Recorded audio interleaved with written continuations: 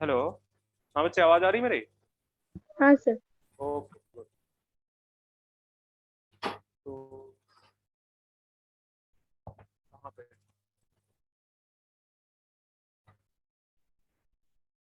खत्म है respiratory system, ये बचा है कुछ उसमें?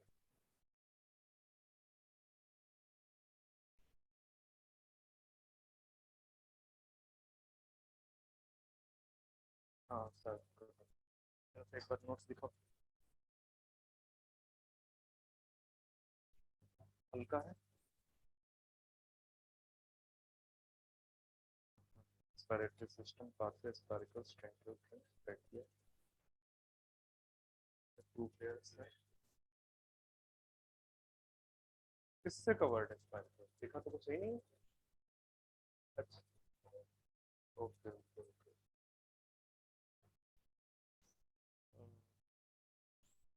एक्चुअली इसको उसमें कुछ है ही नहीं, तो याद कहाँ से आता? मैं बता देता हूँ आपको। मैं लिखाना क्या था?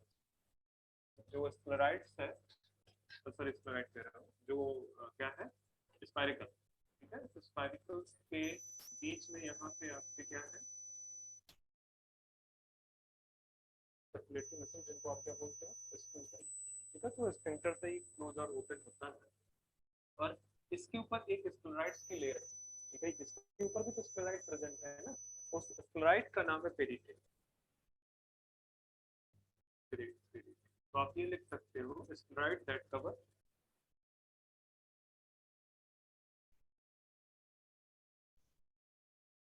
इसको कवर करेगा स्पाइरिकल। जो मैंने ट्रैकियल ट्रंक लिखाया था उसको कॉमनली एट्रियम बोला जाता है, तो उसमें ट्रैकियल ट्रंक के साथ में ऑब्लिक करके लिख दो एट्रियम। ज्यादा एट्रियम पॉपुलर है सर। ठीक है, ये एट्रियम हार्ट वाला नहीं है, हार्ट वाले से कंफ्यूज मत करना। ये किसका है? कॉकरोच का जो रेस्पिरेटरी चैम्बर है। ठीक है, रेस्पिरेटरी जो पाथ है उसमें एक प्लेस है। इस तरह से आपका स्ट्रक्चर आप बना सकते हैं, जैसे बना हुआ है आपको, जैसे मैं एक बार दोबारा से बता रहा हूँ। ठीक है, ये स्पाइरिकल्स, स्पाइरिकल्स से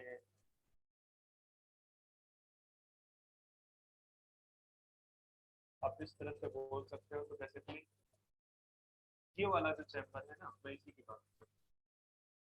ठीक है, यही क्या है, ट्रैकियल ट्रंक का एट्रियम। ठीक है, ट्रैकियल ट्रंक से क्या राइज होते हैं, ट्रैकिया। ठीक है, तो ये वाला जो बाकी का पार्ट है, यहाँ पे आपको वैसे ही सी शेप कार्टिलेजेस देखने को मिलेंगे। ठीक है, तो ये ट्रैकिया है, ट्रैकिया चल के आगे फिर से डिवाइड कर जाएगा ट्रैक्यूल्स में। ठीक है, आगे चलते हैं, सर्कुलेटरी सिस्टम के बारे में पढ़ते हैं थोड़ा सा। ये लिख लिया?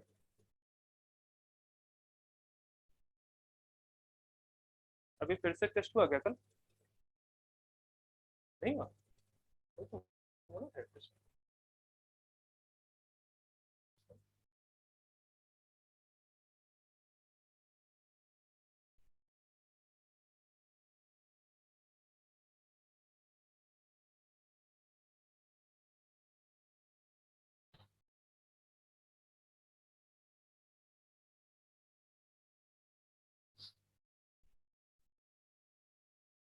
अच्छा, ट्रांसफर किसके थ्रू होता है ऑक्सीजन का? कौन सी प्रोसेस है? ऑक्सीजन याद रखना है, क्वेश्चन पूछ सकता है आपसे। थोड़ा सिंपल सा चीज है ना।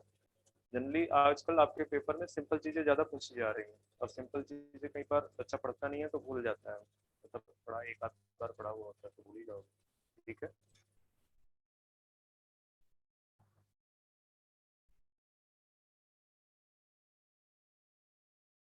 मैं सर्कुलेटरी सिस्टम पढ़ाऊँ इससे पहले एक चीज बताऊँ। तो शायद मैंने इसके बारे में नाम लिया था जब मैं आपको एनिमल किंगडम पढ़ा रहा था, आपको बताया था, तो याद नहीं। स्टार्ट।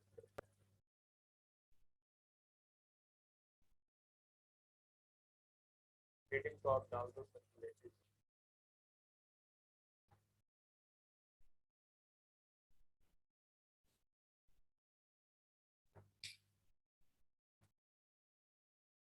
मैंने ये बोला कि ये जैसे आपका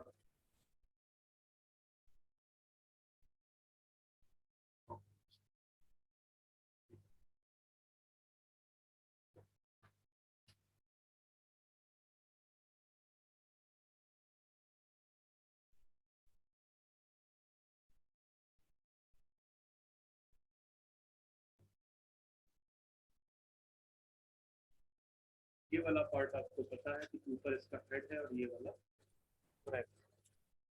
मेन जो पार्ट है इसका कौन सा है? एब्डोमेन। तो जो एब्डोमिनल रीजन है सबसे यहाँ पे अगर आप ध्यान दो, वैसे तो इस पूरे के पूरे पार्ट में मैं यहाँ से ही स्टार्ट कर देता हूँ। ये मान के चलो कि ये प्रेजेंट है, अब यहाँ से कुछ निकला हुआ, क्या निकला हुआ होगा मुझसे?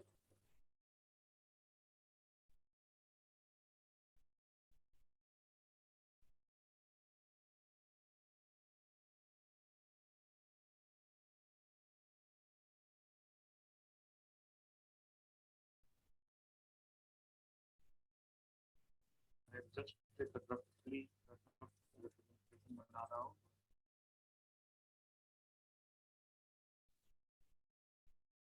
ये क्या है? एलिमेंट्री, ठीक है। एलिमेंट्री कैनाल वैसे कहाँ पे प्रेजेंट होती है? हीमो प्रेजेंट होती है, प्रेजेंट होती है। क्या बात है, नीट के स्टूडेंट हो तुम लोग। अच्छा ये बताओ, चलो इसकी जो बॉडी कैविटी है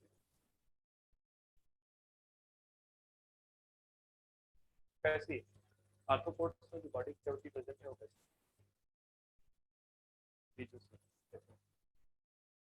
ठीक है, मतलब टू है, टू बॉडी कैविटी, ठीक है। बट बच्चे जो हीमोसील है, this is not body cavity.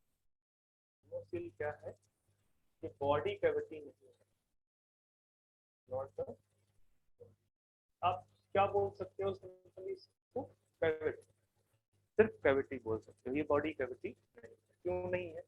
क्योंकि क्या होता है इसके डेवलपमेंट के दौरान ये वाला पार्ट को आप बोलोगे, इसको बोलोगे और इसको बोलोगे, ठीक है। इसी को तो बोलते हो ना। अगर आप अपने अपने बॉडी को देखो तो जो एलिमेंट्री कैनाल के मतलब जहाँ पे एलिमेंट्री कैनाल प्रेजेंट है, या इस तरह से बोलो ये ट्यूब है, ठीक है, और इसके बीच में क्या प्रेजेंट है आपकी? तो ये जो बाकी का पार्ट बचा वो क्या कहलाएगा?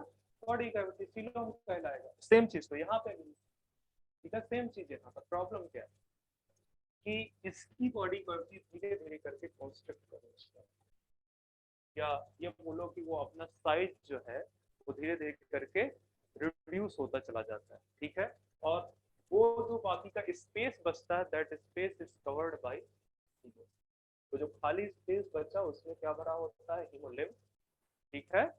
और वो क्या कहलाती है? वो खाली स्पेस है, जो खाली कैविटी बची, ठीक है। मतलब कि अगर मैं यहाँ पे बना दूं कि ये पहले के पूरा का पूरा पार्ट क्या था, ये बॉडी कैविटी, पर वो धीरे धीरे धीरे करके क्या रह गया? रूडिमेंट्री रह गया। बाकी का जो स्पेस था उसमें हीमोलिम्फ भर गया, और उसी को आप क्या बोल रहे थे? हीमो, ठीक है, फिल्ड विद। बात समझ में आई?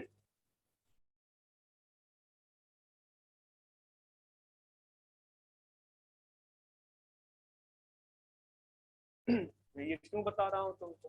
क्योंकि जो बॉडी कैविटी है उसमें बस इतना ही स्पेस रह जाता है कि वहां पे क्या प्रेजेंट होंगे?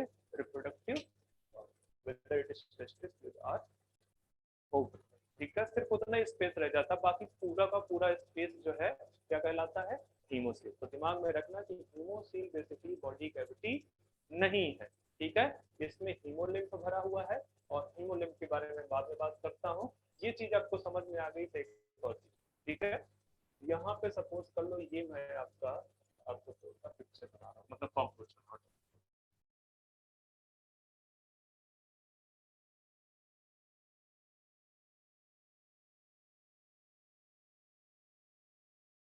हमारा मेन कंसंट्रेशन इस वाले पार्ट से, हालांकि इसको इसकी जो ये जो हीमोसील, ठीक है, हीमोसील के अंदर क्या भरा हुआ है?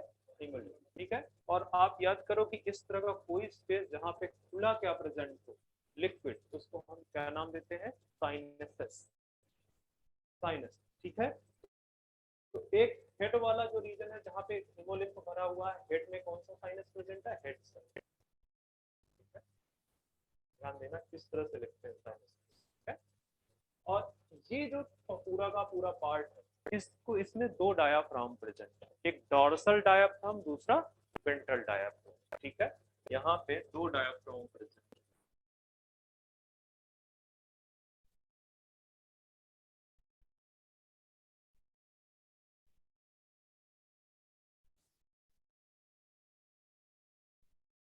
ठीक है दिखाया। इसको ऊपर वाले को क्या बोलते हो, डॉर्सल डायफ्राम। आपके बॉडी में डायफ्राम क्या करता है, जैसे तो फंक्शन उसको, उसमें बहुत सारी मसल्स है तो आपके हेल्प करता है किसमें, रेस्पिरेशन में, ठीक है। बट इसके अलावा भी काम है कि वो जो है ना थोरैक्स रीजन को एब्डोमेन से सेपरेट भी करता है, ठीक है। तो वैसे ही यहाँ पे भी काम क्या है इसका, जो हीमोलिम्फ वाली वो जो कैविटी है उसको डिफरेंट पार्ट्स में डिवाइड कर देगा। तो ये डॉर्सल डायफ्राम है, और ये वाला कौन सा डायफ्राम है, वेंट्रल डायफ्राम, वेंट्रल डायफ्राम, ठीक है। तो इस डॉर्सल डायफ्राम ने इस कैविटी को डिवाइड किया है, इस वाले पार्ट को बोलते हैं हम क्या, कार्डियक पेरिसाइनस। ये जो बीच वाला पार्ट है इसको हम बोलते हैं विसरल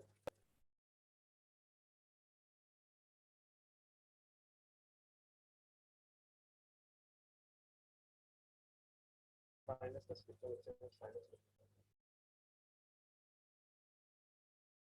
ठीक है। और ये जो नीचे वाला बचा है इसको बोलते हैं पेरी न्यूरल। ये तीन पार्ट आपको देखने को मिलेंगे, ठीक है। तो कार्डियक पेरिसाइनस से आपको पता चल रहा होगा कि जो हार्ट है वो किस वाले रीजन में प्रेजेंट होगा, कार्डियक पेरिसाइनस, ठीक है, cardiac पेरिसाइनस।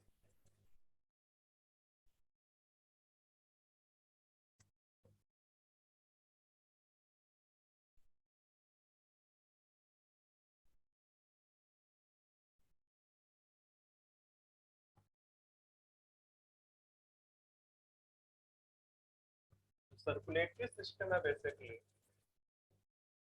Circulatory system of cockroach, ठीक है। इसमें आपको क्या क्या चीजें देखने को मिलेंगी, एक आपको देखने को मिलेगा हार्ट, ठीक है, और साथ में क्या देखने को मिलेगा,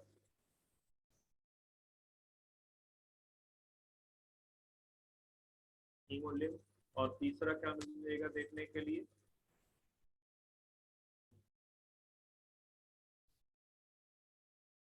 हार्ट के बारे में अगर हम बात करें तो हार्ट इसका इलोंगेटेड, या जैसे पहला पॉइंट ये लिखो कि जो डार्सल ब्लड वेसल है, एक तो ये याद रखना, ये वाला पार्ट कौन सा है, ये कौन सा साइड है, ये डॉर्सल साइड, ठीक है। यहाँ पे एक ब्लड वेसल्स है जिसको बोलते हैं हम डॉर्सल ब्लड वेसल, ठीक है। आप ये बोल सकते हो डॉर्सल ब्लड वेसल्स या डॉर्सल टोर्टिक ब्लड वेसल, ठीक है। तो एक्चुअली ना तो वो पूरी तरह से ब्लड वेसल बची है, ठीक है, ना ही अभी बहुत वेल डेवलप वो वैसे तो हार्ट का काम कर रहा है, पर वो एक्चुअली क्या है, वो ब्लड वेसल है। तो आप ये बोल सकते हो कि हार्ट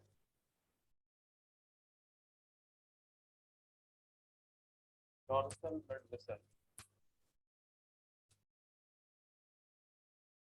रिप्रेजेंट हार्ट। और ये जो हार्ट है बेसिकली कितने चैम्बर का है, अगर हेड को छोड़ दिया जाए तो कॉकरोच में थोरैक्स और एब्डोमेन के लेकर कितने सेगमेंट है, 13। दैट मीन्स कि थोरैक्स से लेके एब्डोमेन तक पूरा फैला हुआ, ठीक है। तो आप ये भी लिख सकते हो एक्सटेंडेड फ्रॉम थोरैक्स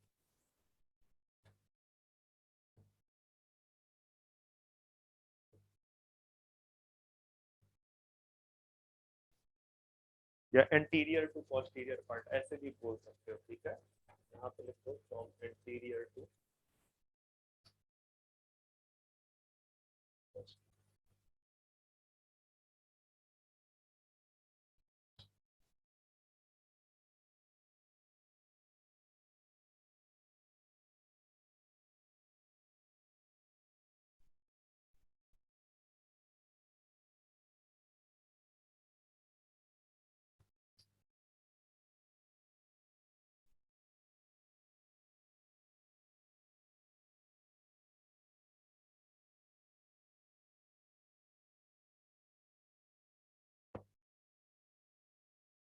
यहाँ पे जहाँ 13 चैम्बर लिखा हुआ है यहाँ पे मेंशन कर दो कि जो चैम्बर है बच्चे वो कैसा होगा,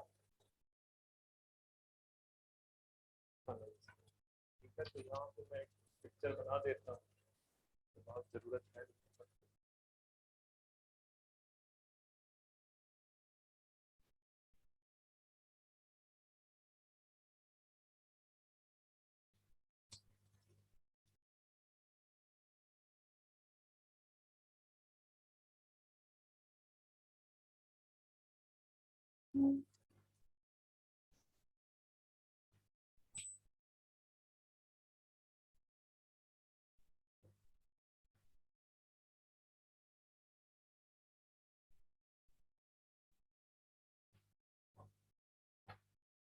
देखो जरूरी नहीं है कि मेरे से 13 ही बने, पर ये मान के चलना कि ये कितने हैं, 13।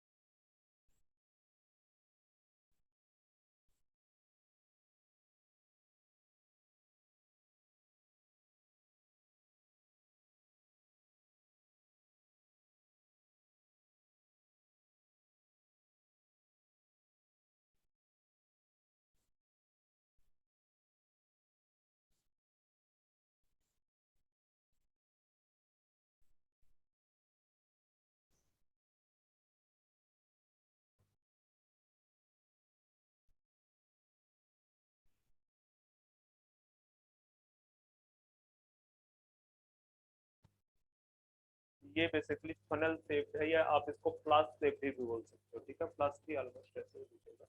ठीक है, तो फनल शेप कितने बनाए गए हैं?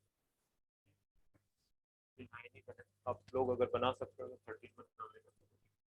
ठीक है, इसमें से बच्चे जो ये फर्स्ट चैप्टर, ठीक है, ये थोड़ा सा कैसा होता है, इलोंगेट, ताकि वो कहाँ पे आ जाए, हेड साइड। ठीक है, अच्छा अगर ये मैं एक चैम्बर बच्चे उठा लूं या दो चैम्बर मैं यहाँ पे बना दूं आपके लिए?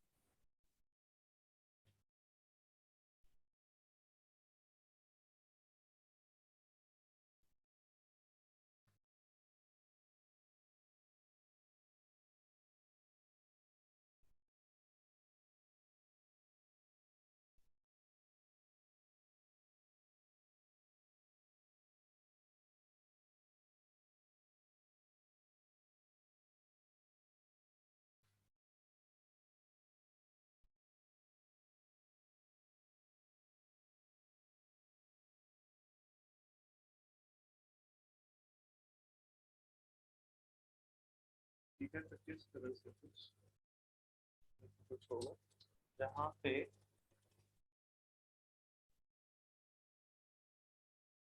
ठीक है, तो ये बेसिकली फनल शेप बच्चे क्या है, थर्ड चैम्बर है।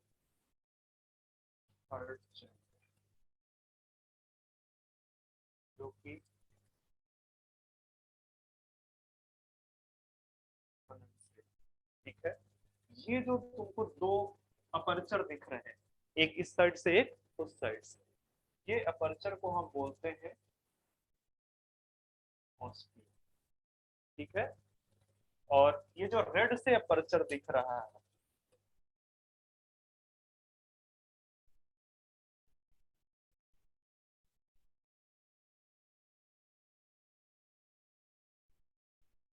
दिमाग से नाम स्किप हो रहा है इसका।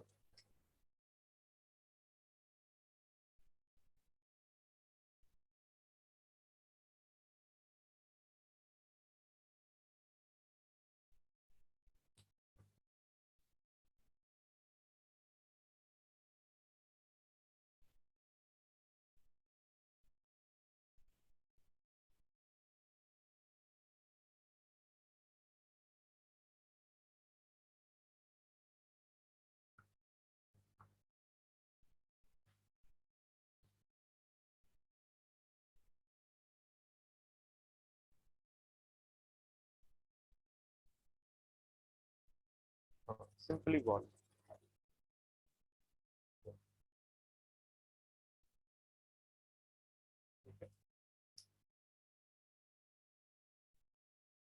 ये जो इलांगेट फर्स्ट चैम्बर है इसको आप एंटीरियर का भी बोल सकते हैं, एंटीरियर। इस तरह से आपको सॉरी 13 चैम्बर का बना हुआ होगा, ठीक है। इसकी पोजीशन एनसीईआरटी लिखता है मिड डॉर्सल, ठीक है, मतलब डॉर्सल साइड पे एग्जैक्टली मिड पोजीशन पे होगा, ठीक है। मिड डॉर्सल इन पोजीशन पे है, ठीक है। 13 चैम्बर का है, फनल शेप्ड है, ठीक है। आप एंटीरियर पार्ट से पोस्टीरियर पार्ट या जो है क्या कहते हैं आपका थोरैक्स बोल सकते हो, फैला हुआ है पूरा, ठीक है। 13 चैम्बर आप वहां से भी देख सकते हो कि जो 3 चैम्बर है इसके, ठीक है, इसके जो फर्स्ट 3 चैम्बर, ये कहाँ पे प्रेजेंट होंगे, थोरैक्स रीजन पे, और इसके बाद लास्ट 10 चैम्बर प्रेजेंट होंगे एब्डोमेन। लास्ट के 10 चैम्बर आपके कहाँ पे प्रेजेंट होंगे, एब्डोमेन।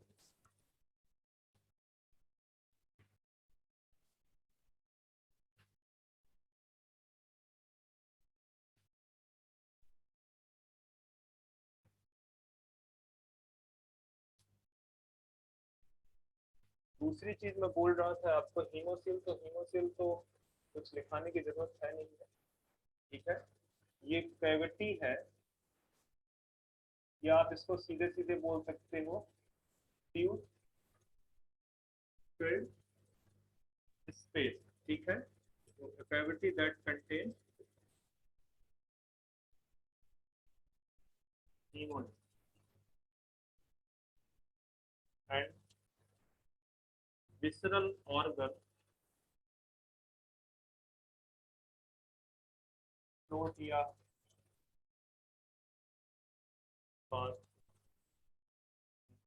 हीमोन।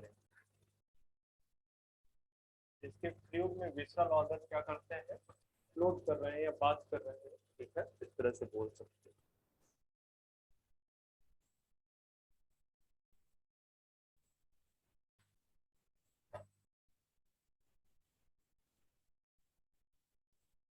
हो गया। हीमोलिम्फ के बारे में अगर तुम बात करोगे, हीमोलिम्फ, तो हीमोलिम्फ में बच्चे दो चीजें देखने को मिलेंगी। क्या क्या देखने को मिलेंगे, हीमोसाइट्स।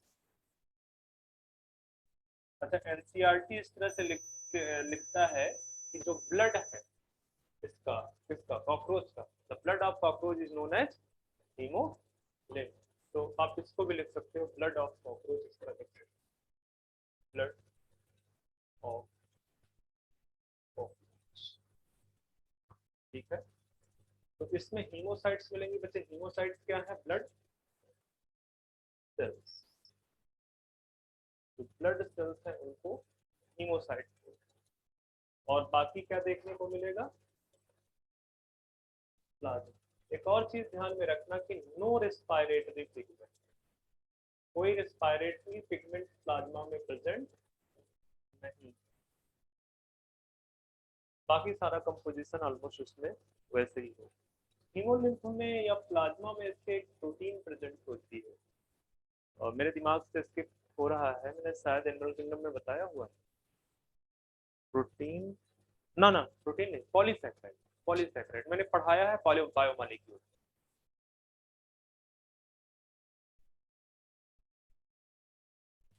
जाके आज नोट्स पलटना, ठीक है। मैंने बताया है एक पॉलीसैकेराइड हीमोलिम्फ में पाई जाती है, बड़ी पॉपुलर पॉलीसैकेराइड है, ठीक है। ट्रैकियोज ऐसे करके कुछ नाम, एक बार चेक करना, नहीं तो मैं तो बता ही दूंगा मेरे पास।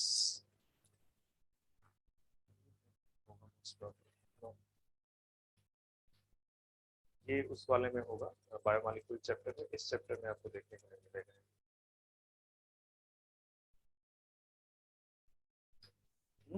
Tree Hallows, yes yes, tree Hallows, ठीक है। तो यहाँ पे ट्री हेलोस, ये किसको क्या किस नाम से जानते हैं, इंसेक्ट शुगर, ठीक है, पॉलीसैकेराइड है, ठीक है।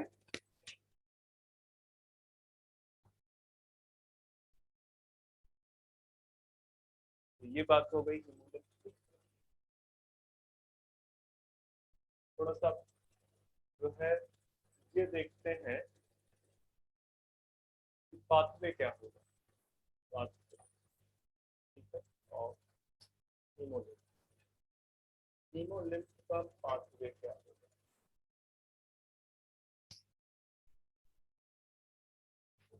अगर हम स्टार्ट करें बच्चे कहाँ से, देखो इस तरह से, इस तरह से एक चैम्बर, ये वाला क्या है, perivisceral sinus, perivisceral sinus. ये वाला चैम्बर कौन सा है, पेरी सॉरी कार्डियक साइनस, ठीक है। तो अच्छा पेरी मैंने क्या लिखाया हुआ मुझे बताओ जरा, कार्डियक पेरी साइनस लिखा है, गलत है, pericardiac sinus, pericardiac, pericardiac sinus है, ठीक है। तो पेरी विसरल साइनस से यहाँ पे भी फ्लूइड भरा हुआ है, यहाँ पे आपका क्या है, हार्ट है, इलांगेटेड ट्यूबुलर 13 चैम्बर, इस तरह से हार्ट है, ठीक है। यहाँ पे दो क्या प्रेजेंट है, ऑस्टिया। तो अगर आप फ्लो देखना स्टार्ट करोगे कहां से, पेरीविसरल साइनस, पेरीविसरल साइनस। तो जो मसल्स है, कौन सी मसल्स, एलरी मसल्स और टर्बो स्टर्नल मसल। आप अपने उसमें पिक्चर में देखोगे एनसीईआरटी में एक मसल का पिक्चर बना के रखा है, इसको क्या बोल रहे हैं, एलरी मसल, एलरी मसल, ठीक है। और साथ में कौन सी, टर्बो स्टर्नल मसल, ये दो muscle, एलरी muscles and turbo sternal muscle. तो एलरी मसल्स अगर मैं यहाँ पे एक पिक्चर बना दूं आपके लिए, ये इस तरह से, ये एक चैम्बर है ना, ठीक है, एक चैम्बर। एलरी मसल्स बेसिकली इस तरह से, इस तरह से इसमें अटैच होंगी दोनों साइड्स। तो पेयर्स, कितनी पेयर्स ऑफ एलरी मसल्स दिखाया हुआ है, 13 पेयर्स, ठीक है, 13 पेयर्स। समझ में आ रहा है कि जैसे ये जो है आपका हार्ट है, इसको इसको सीधा सीधा कर दो, तो एक साइड पे ये इधर से एलरी मसल्स, इधर से एलरी मसल्स, ठीक है। तो एलरी मसल्स और टर्गो स्टर्नल मसल्स, मेन काम होगा एलरी, ठीक है। टर्गो स्टर्नल मसल्स का मेन काम रेस्पिरेशन है, ठीक है। ये मेन रेस्पिरेशन में पार्टिसिपेट करती है, ये मेनली सर्कुलेशन में, हार्ट को ब्लड पंप करने में, ठीक है, पार्टिसिपेट करती है। टर्गो स्टर्नल मसल्स 13 पेयर में पाई जाती है, पर आप उसमें से नहीं बोल सकते हो, क्यों, क्योंकि ये बोल दो, ठीक है, 13 पेयर्स में एक्चुअली वो ना, ये जो इस तरह का जो ओरिएंटेशन है वो वहां पे नहीं दिखती, ये डॉर्सल साइड पे प्रेजेंट है और वो पूरी डॉर्सल टू वेंट्रल प्रेजेंट है, तो पेयर्स बोलना थोड़ा अलग हो जाएगा, ठीक है। तो उस तरह से कुछ बात मत करो, उसमें सिर्फ एलरी मसल्स के बारे में बात करो। दूसरा, पूरी एनसीईआरटी में कहीं पे टर्गो स्टर्नल मसल का नाम ही नहीं, क्या नाम दिया है, एब्डोमिनल मसल। तो ठीक है, ये बेसिकली कौन सी मसल है, एब्डोमिनल, मतलब एब्डोमेन में मेनली यही मसल्स पाई जाती है, तो एब्डोमिनल मसल का नाम लेगा तो वो कवर हो जाएगा, ठीक है। ऐसा मत सोच लेना कि जो है टर्गो मसल, टर्गो स्टर्नल मसल्स को एब्डोमिनल मसल्स बोलते हैं, ऐसा नहीं। एब्डोमेन के अंदर जो मसल्स पाई जाती हैं इनको एब्डोमिनल मसल्स बोलते हैं, क्योंकि काफी बड़ा मेजर पार्ट किसका है उसमें, टर्गो स्टर्नल, ठीक है। तो अभी मैं आपको क्या बता रहा था कि पेरीविसरल साइनस से, पेरीविसरल साइनस में क्या भरा हुआ है, हीमोलिम्फ, वहां पे विसरल ऑर्गन क्या कर रहे हैं, उसमें फ्लोट कर रहे हैं, ठीक है। पेरीविसरल साइनस से स्टार्ट होगा हीमोलिम्फ का फ्लो,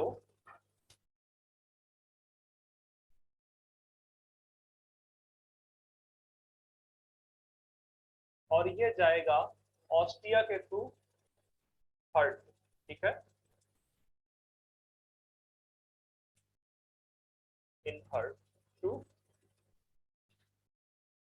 ऑस्टिया, ठीक है।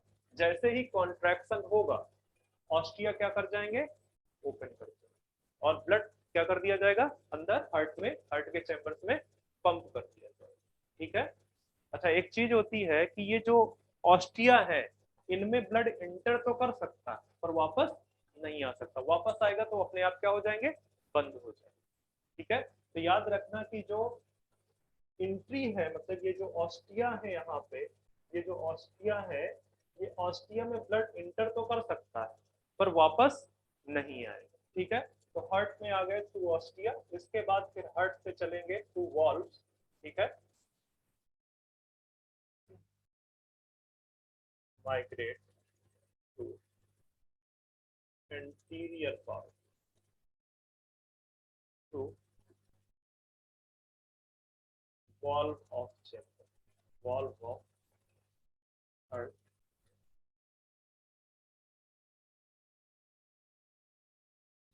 हार्ट चैम्बर के वॉल्व पे। ठीक है, इसके बाद कहां पे पहुंचेगा बच्चे ये? हेड साइनस, हेड साइनस से कहां पे पहुंचेगा?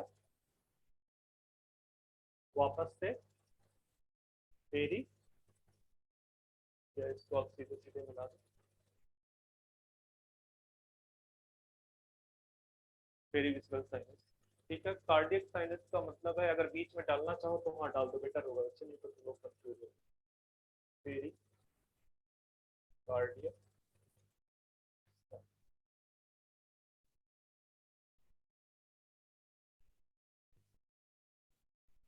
तो हो सकता है इसमें से जब आपको फ्लो डायग्राम दे तो इसमें से कुछ स्टेप को मिस करेगा, ऐसा ये पूरा का पूरा क्वेश्चन के फॉर्म में नहीं आना। हो सकता है कि आपको सीधे ये वाले दे, फिर इसके बाद आपका दे दे हार्ट, ठीक है, ये बाकी का सारा मिसिंग हो, सीधे हेड साइनस दे, पेरी कार्डियक साइनस, ये जो बाकी के लैंग्वेज है वाइट चांसेस कि ना हो। दूसरा एक क्वेश्चन क्या पूछ सकता है कि हार्ट के अंदर किसके थ्रू ब्लड पहुंचता है, तो किसके थ्रू पहुंचेगा? ऑस्ट्रिया के थ्रू पहुंचेगी। ठीक है, इसके बाद जो है हार्ट के एक चैम्बर से दूसरे चैम्बर या एक पोस्टीरियर पार्ट से एंटीरियर पार्ट की तरफ जो ब्लड का फ्लो है वो किसके थ्रू है? वॉल्व के। ठीक है, वॉल्व के। तो ये सारे क्वेश्चन है जो कि दिमाग में बना के रखिएगा। माइग्रेशन या फ्लो ऑफ ब्लड। ठीक है, यहाँ पे जैसे ये चैम्बर प्रेजेंट है ना बिल्कुल पीछे से, ठीक है, ब्लड तो हर जगह से एंटर कर रहा है। ठीक है, ब्लड तो हर जगह से एंटर कर रहा है, तो अब ये यहाँ से यहाँ भी तो मूव करेगा आगे की तरफ। ठीक है, तो ये बेसिकली एक हार्ट के जो वॉल्व है वो दूसरे हार्ट के एक हार्ट के वॉल से दूसरे हार्ट के वॉल पे पहुंचेगा। ठीक है, एंटीरियर डायरेक्शन में। तो ये पूछ सकता है कि from last chamber of the heart से जो एंटीरियर पार्ट है या हेड साइनस है वो किसके थ्रू माइग्रेट कर रहा है या फ्लो कर रहा है? ब्लड वॉल्व के। ये जो पार्ट दिखा रहा हूं मैं यहाँ पे, ठीक है, इसके इस तरफ क्या है? ये ऑस्टिया है और ये वाला पार्ट क्या है? वॉल। ठीक है, इस वॉल में भी मसल्स लगी हुई। ठीक है, इस वॉल में भी मसल लगी हुई है जो कि यूनिडायरेक्शनल फ्लो को क्या करे? मेंटेन करे। पीछे नहीं जाएगा, वो सीधे कहाँ पे जाएगा? आगे की तरफ।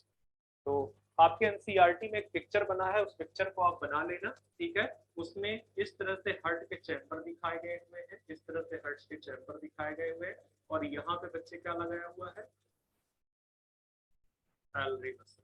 तो वो बना लेना, वो वाला पिक्चर आप वो बना, इस तरह से आपकी सैलरी मसल। तो हो सकता है पिक्चर आपको दे दे और यह पूछे कि कौन सी मसल्स हेल्प करती हैं इन सर्कुलेशन ऑफ ब्लड। तो चूंकि आपने उसमें बात ही हुई है सिर्फ एलरी मसल की, तो ध्यान में रखना कि दीज एलरी मसल्स, ये एलरी मसल्स हेल्प करती हैं, help in pumping of blood या हीमोलिम्फ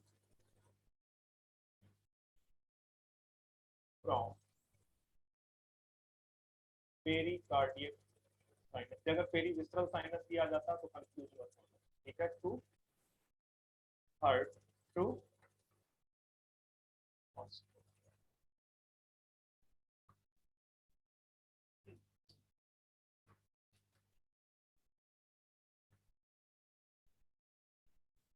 सर्कुलेटरी सिस्टम की जितनी चीजें मुझे बताने थी मैंने बता दी। तो अगर आपसे क्वेश्चन पूछ ले कि टार्सल ब्लड वेसल्स जो उसमें प्रेजेंट है कॉकरोच में, वो एक्चुअली किसको रिप्रेजेंट करता है?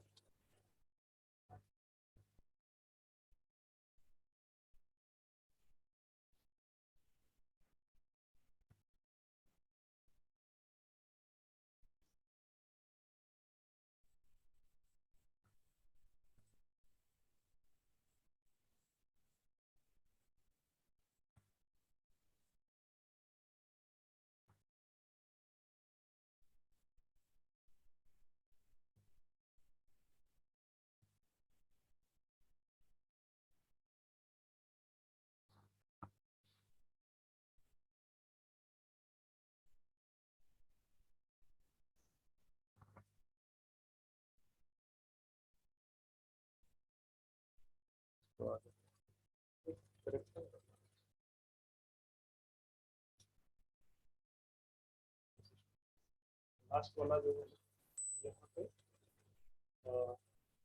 इसमें से किसी एक पार्ट से मिसिंग है, मुझे श्योर नहीं है बहुत ज़्यादा। ठीक है, जो एलरी मसल्स हैं वो बेसिकली आपके, सॉरी सॉरी सॉरी, कहाँ पे ये 13 पे, वो 13 पे,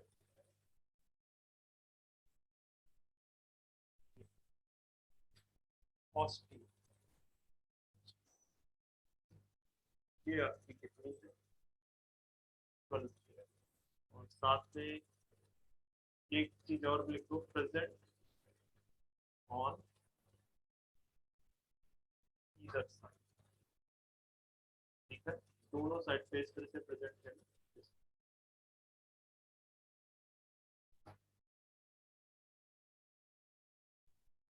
इस तरह से। ठीक है, तो चेंबर के either side of heart chamber, heart chamber के दोनों साइड पे प्रेजेंट। ठीक है, पोजीशन क्या होगी बच्चे,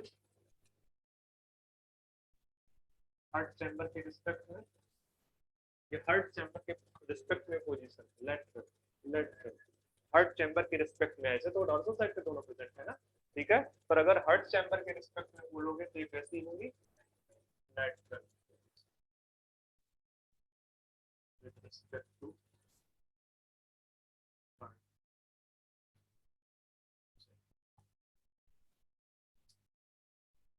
चलते हैं नर्वस सिस्टम पे।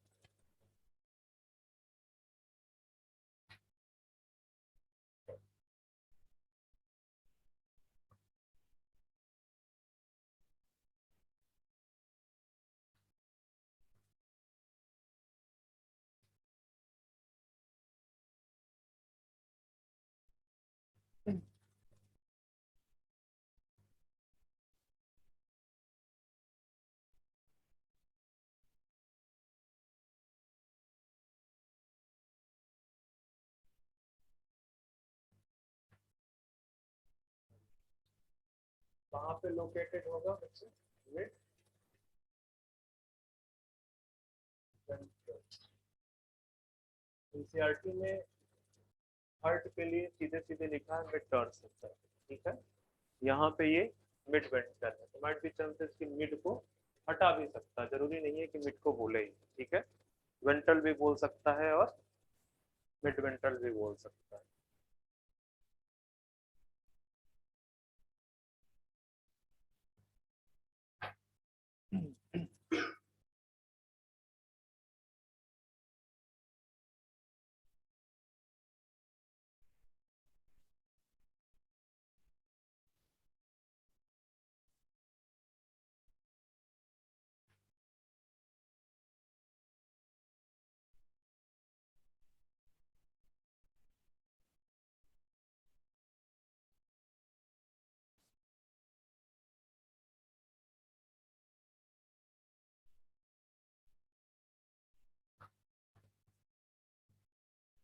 थोड़ा सा पहले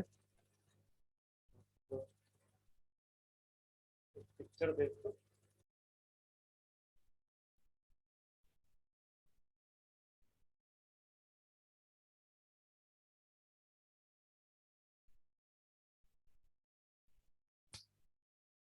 यहाँ पे आपको पता है कि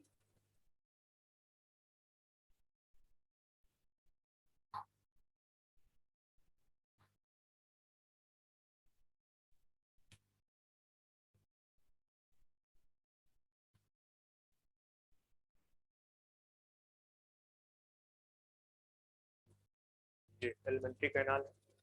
एलिमेंट्री कैनाल के इस साइड पे, ये वाले साइड पे हार्ट प्रेजेंट है और इस साइड पे क्या प्रेजेंट है, नर्वस सिस्टम। तो यहाँ पे इस वाले पार्ट को थोड़ा सा, यहाँ पे एक गैंग्लियन प्रेजेंट है, और एक गैंग्लियन कहाँ पे प्रेजेंट है, मतलब एक डॉर्सल साइड पे और एक वेंट्रल। यहाँ से बेसिकली फिर कुछ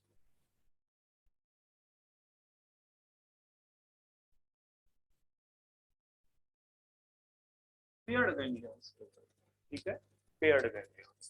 तो ये थोरैक्स रीजन में कितने हैं टोटल, ठीक है, और ये थोड़े से लार्जर है। उसके बाद जो एब्डोमेन है वहां पे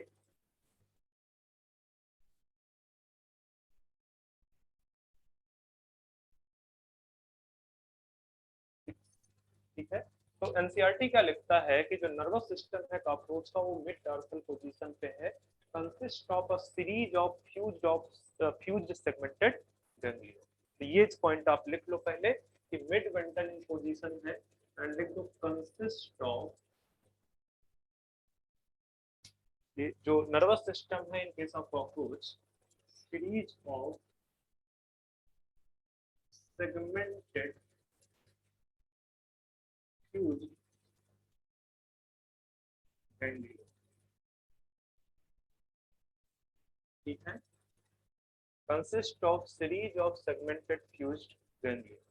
फिर एक और पॉइंट लिखता है कि जो सेगमेंटेड गैंग्लियंस हैं, ठीक है, स्पेशली सेगमेंटेड गैंग्लियन में दो गैंग्लियन की, ऊपर वाले दो गैंग्लियन की बात कर रहा है, ठीक है, जो कि ऑलमोस्ट कहाँ पे है, हेड रीजन में है। ठीक है, ये ऑलमोस्ट हेड रीजन को दिखा रहा है, मत सोचना थोरैक्स का रीजन नहीं, ये कौन सा रीजन है, हेड रीजन। ये अगर और फिर कंफ्यूज कर रहा है तो इसको थोड़ा सा यहाँ पे स्पेसिफिक, ठीक है, तो ये हेड रीजन। तो हेड रीजन में बेसिकली एक नर्व रिंग पाई जाती है। नर्व रिंग का सबसे बड़ा जो पार्ट है, सबसे बड़ा जो गैंग्लियन है वो क्या है, सुप्राओइसोफेगल गैंग्लियन। और उसके नीचे जो वेंट्रल पोजीशन पे है वो है क्या, सब ईसोफेजियल गैंग्लियन। और उन दोनों को जोड़ने इस तरह से, जैसे मैं बना दूं यहाँ पे एक स्ट्रक्चर बना देता हूँ, और ठीक है,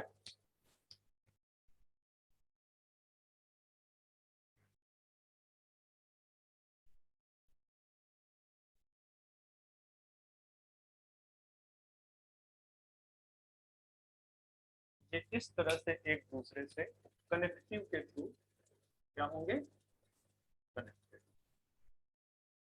ठीक है, इसको बोलते हैं सर्कम ईसोफेजियल कमीशन या सर्कम ईसोफेजियल कनेक्टिव। ठीक है, और यहां से दो लॉन्गिट्यूडिनल नर्व कार्ड निकलेंगी, जिसको क्या बोलते हैं, overall double ventral nerve card. मतलब ये वाला जो पिक्चर मैंने बनाया यहाँ, तो ये जो दिख रही है ये बेसिकली क्या है, डबल वेंट्रल नर्व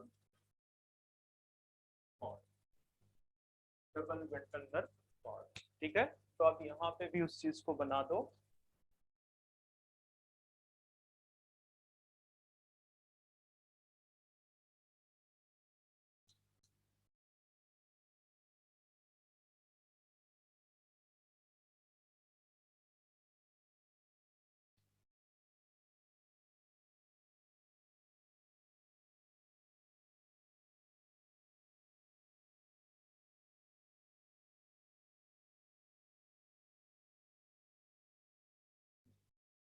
ठीक है, ये वाले जो है क्या कहते हैं, ये थ्री पेयर है, ये थ्री पेयर है, कहाँ पे प्रेजेंट है, थोरैसिक रीजन।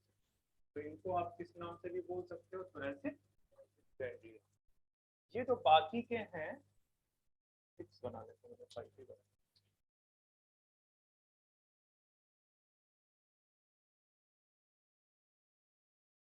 बाकी के जो सिक्स पेयर्स हैं, सिक्स पेयर्स ये प्रेजेंट है एब्डोमेन। तो एक क्वेश्चन तो यही आ जाता है, ठीक है, कि जो गैंग्लियन है, सेगमेंटेड फ्यूज्ड गैंग्लियन है, वो बेसिकली कौन कौन से रीजन में, उनका नंबर कितना है। तो थोरैसिक रीजन में कितने हैं, थ्री पेयर, और एब्डोमिनल रीजन में कितना है, सिक्स पेयर। सिक्स पेयर्स में जो लास्ट वाला पेयर्स है वो थोड़ा उसका साइज क्या है, बड़ा, लार्ज इन साइज थोड़ा सा इनके कंपेयर में। ठीक है, ये लार्ज इन साइज, ठीक है,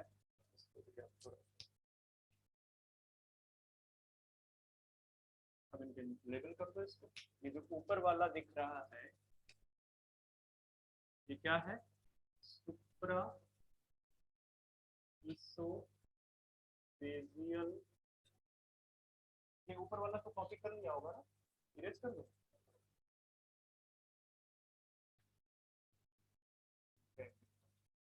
ठीक है, ये जो नीचे वाला है ये क्या है, सब इसोफेजियल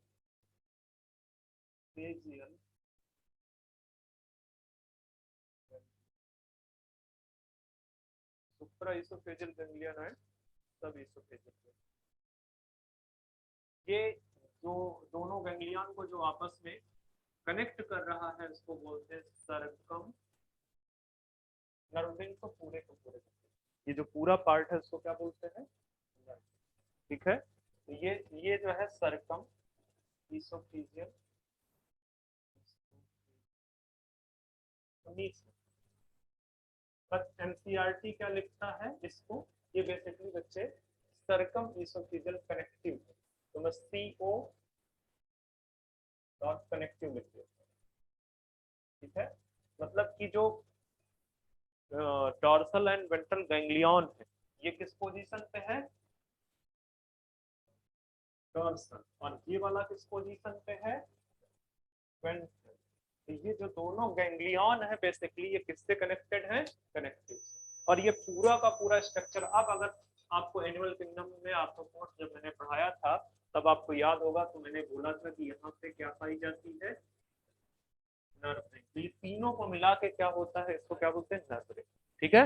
और ये जो बाकी का पार्ट है इधर वाला, इसको हम क्या बोलते हैं, डबल वेंट्रल नर्व पार्ट। तो जो आर्थ्रोपोड है उसका जो नर्वस सिस्टम है वो उसमें क्या क्या प्रेजेंट है, nerve ring plus double ventral, ठीक है। और ओवरऑल जो पोजीशन है नर्वस सिस्टम की वो कैसी है, मिड वेंट्रल इन पोजीशन, ठीक है, मिड वेंट्रल या वेंट्रल इन पोजीशन।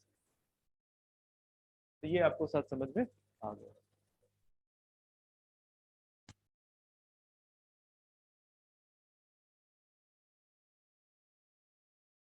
फिर एनसीईआरटी एक लाइन लिखता है कि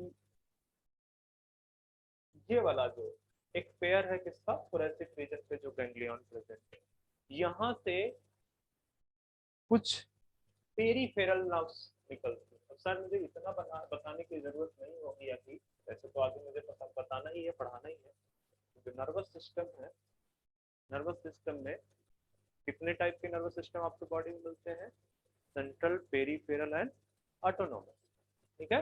तो कॉकरोच में भी ऐसे ही नर्वस सिस्टम है, मतलब कॉकरोच का जो भी नर्वस सिस्टम है जो है इसमें central, peripheral and autonomic nervous system देखने को मिलेगा, ठीक है। तो central nervous system is represented by the, ये पूरा का पूरा जो पिक्चर है किसका है, central nervous system. Peripheral nervous system किसको रिप्रेजेंट करेंगे, यहां से जो पेरीफेरल नर्व मतलब जो बॉडी को नर्व्स गई है, ठीक है, गई है या आई, दोनों होंगी ना, सेंसरी मोटर तो दोनों होंगी, ठीक है। तो बेसिकली वो किसको रिप्रेजेंट करेंगी, पेरिफेरल नर्वस सिस्टम को। तीसरा ऑटोनॉमिक नर्वस सिस्टम, इसी से कुछ नर्वस नर्व्स निकली होंगी जिनका कंट्रोल कैसा होगा, ऑटोनॉमिक होगा, ठीक है, जहां जो कि बेसिकली विसरल ऑर्गन्स हो गए, ठीक है। तो वो ऑटोनॉमिक नर्वस सिस्टम। तो तीनों टाइप के नर्वस सिस्टम आपको कॉकरोच में दिखते हैं, कि इसीलिए बोला जाता है कि जो आर्थ्रोपोड का नर्वस सिस्टम है वो कैसा है, वेल डेवलप्ड नर्वस सिस्टम पाया जाता है। मतलब वहां पे तीनों टाइप के नर्वस सिस्टम है, सेंट्रल, पेरिफेरल एंड ऑटोनोमिक, ठीक है। इतना डिटेल में एनसीईआरटी में दिया नहीं है, जितना दिया है मैं आपको मैं बता दे रहा हूँ। तो ये जो पिक्चर आपको देखने को मिल रहा है बच्चे, ये कौन सा नर्वस सिस्टम है, सेंट्रल नर्वस सिस्टम। यहाँ से जो नर्व्स एराइज होंगी, यहाँ से जो नर्व्स एराइज होंगी या यहाँ पे आई हुई होंगी, वो किसको बनाएंगी, पेरिफेरल नर्वस सिस्टम। तो ये जो इसमें से कौन सा है, फर्स्ट वाला है,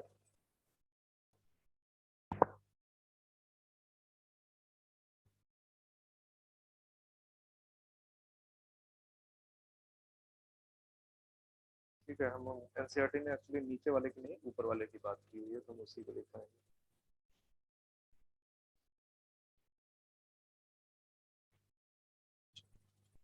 मैं इसमें से इस पिक्चर को थोड़ा छोटा सा एक इधर बना लेता हूँ, स्पेस नहीं है वहाँ पे।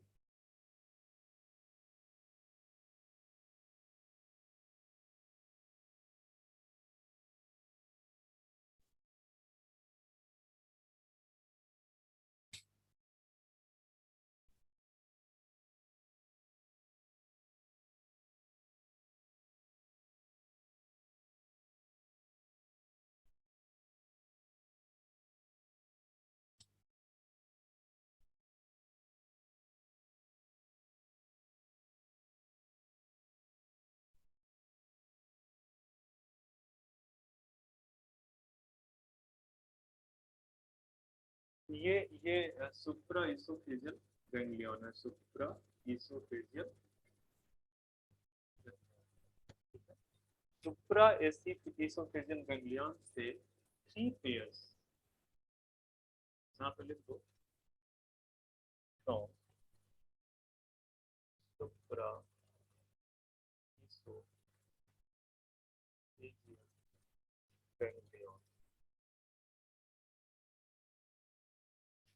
3 pairs of peripheral nerve arise। कितने एराइज होते हैं? 3 pairs। और ये कहाँ कहाँ पे जाते हैं? एंटीना में, आईज में, और भूल गया, और कहाँ पे? हेड वाले पार्ट में कौन कौन से structure? Antenna, eye and ocellus palp नहीं है बच्चे, ऑसलस तो आई में आ जाता है, मैंने पिछले दिन भी तो बताया यार। थोड़ा रेस्ट दो, उसके बाद काम होगा। मैं बस ये लिखा के मैं पहले रेस्ट लूंगा। कितना टाइम हुआ?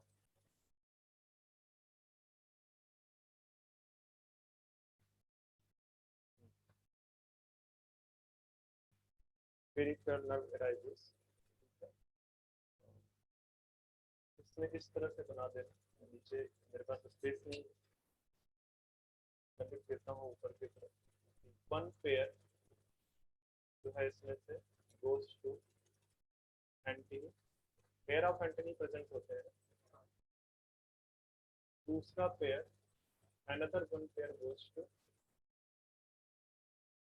आइज लिखो या compound eyes, and another 1 pair goes to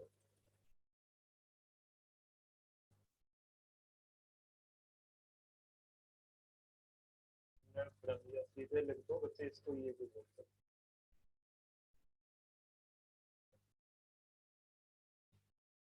NCERT ने इन दोनों को मेंशन किया है कि जो ये जो सब इसोफेजियल गैंग्लियन है, यहाँ से पेरिफेरल नर्व से राइज होती है, तो एंटीना और आईज पे जाती है। तो ये क्वेश्चन चूंकि एनसीईआरटी में पॉइंट मेंशन है तो ये आपको पूछ सकता है। इसी तरह से इससे भी चीज जो है नर्व से राइज करते हैं, इस वाले से यहाँ से भी पूरे डिफरेंट बॉडी पार्ट्स में जाती है। 2 मिनट रेस्ट लेते हैं, फिर इसके बाद फिर से स्टार्ट करते हैं। अब इसमें सेंसरी ऑर्गन लिखाने को रह गए हैं। सेंसरी ऑर्गन आपको पता है कॉकरोच में सेंसरी ऑर्गन कौन कौन से हैं क्या? एंटीनी से स्टार्ट करो, एंटीनी, आइज भी तो क्या है? एंटीनी कंपाउंड आइज, फिर ऑसिलस, एनल सेल्साई, और जो मैक्सिला एंड पल्प जो प्रेजेंट है, तो वो ये याद रखना है, क्वेश्चन पूछ सकता है आपसे कि कॉकरोच में कौन कौन से सेंसरी ऑर्गन पाए जाते हैं। तो पूछेगा तो होगा सिंपल, तो एक ऑप्शन देगा ऑल ऑफ देम, या कुछ इस तरह का सेंसरी ऑर्गन कहीं से उठा ले जो कि कॉकरोच में नहीं पाया जाता। ठीक है, जैसे क्या नहीं पाया जाता है? टेंटिकल्स प्रेजेंट होते हैं कि नहीं? अच्छा ये बताओ मुझे कि टेंटिकल्स कौन से, उसमें टेंटिकल्स सेंसरी ऑर्गन है या नहीं, ये पहले बताओ। हाँ,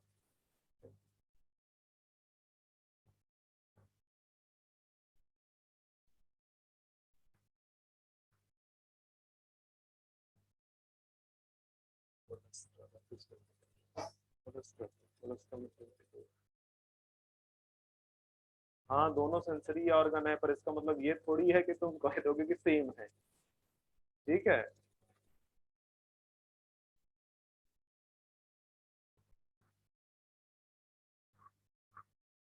वैसे डिफरेंट डिफरेंट रीजन से डिफरेंट वो निकले होते हैं, पर तुमको इतना ज्यादा जरूरत है नहीं।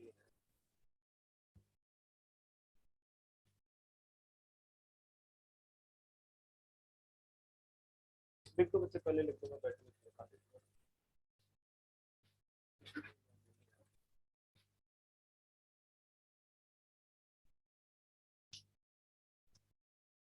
Sensory organ, of cockroach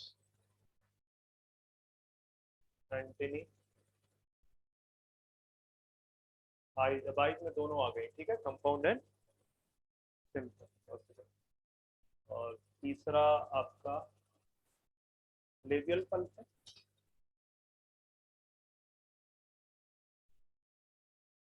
maxillary है, मैंडिबल है।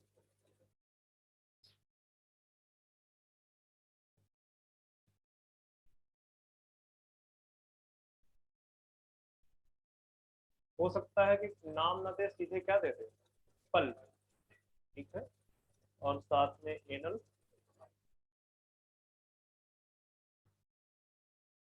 एक्सेट्रा भी लिख सकते हो, बट मेनली आपके एनसीईआरटी में ये लिखते हुए। अब एक और पॉइंट,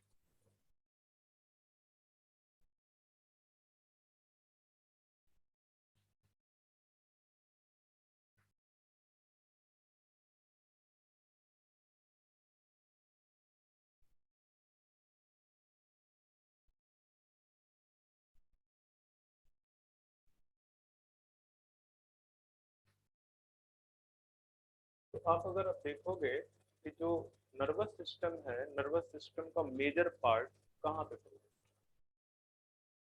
थोरेसिक है, एब्डोमिनल रीजन, हेड रीजन में बहुत कम पार्ट पे जाते हैं। तो इसका अगर आप हेड काट दो तो ये मोर देन वीक जिंदा रहते हैं, ठीक है। तो आप यहाँ पे एक पॉइंट मेंशन कर दो कि most of the nervous system, most of nervous system is present thoracic and abdominal region, therefore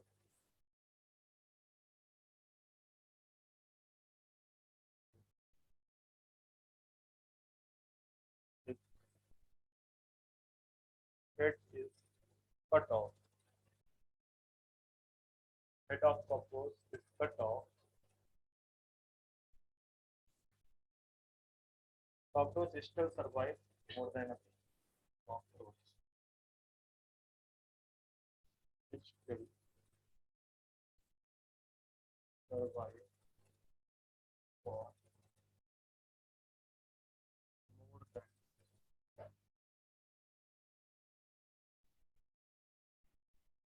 एक सप्ताह से ज्यादा वो ऐसे ही सरवाइव कर जाएगा। किसकी वजह से? क्योंकि उसका नर्वस सिस्टम ज्यादातर कहाँ पे प्रेजेंट है,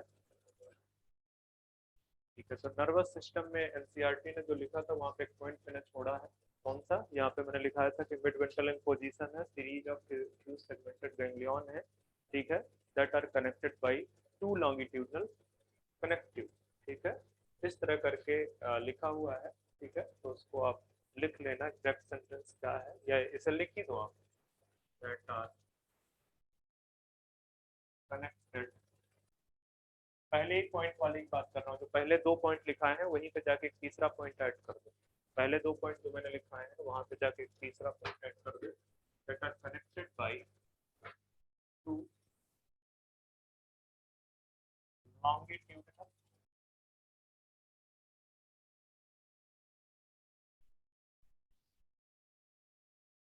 इसको लिखाना नहीं चाह रहा था, इसका रीजन ये था क्योंकि ये थोड़ा कंफ्यूजिंग स्टेटमेंट है, ठीक है ना।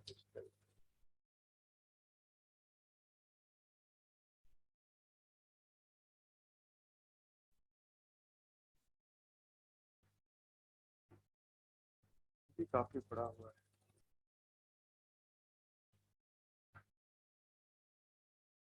चलो अब आते हैं बच्चे हम एक्सक्रीटरी सिस्टम में।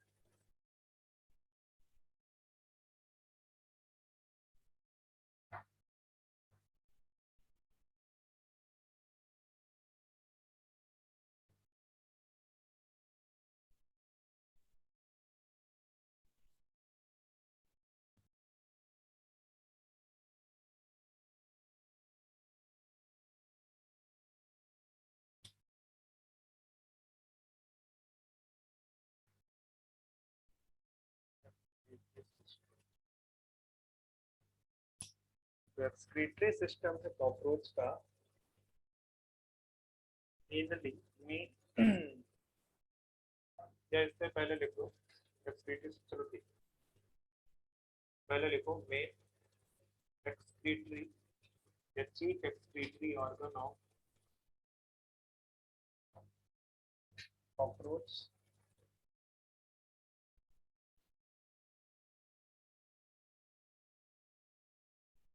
मल्टीगन, मल्टीगन, ठीक है, चीफ एक्सक्रीटरी ऑर्गन जो कॉकरोच का। आपको पता है कि जो मैक्टीरियल ट्यूब्यूल है ये कहाँ पे प्रेजेंट है? Present between midgut. एक और चीज ध्यान दो कि कितना नंबर है इनका, 100 to 150, 6 to 8 बंडल्स में पाए जाते हैं ये, ठीक है। 100 to 150 एनसीईआरटी में ये डेटा दिया है, ध्यान में रखना।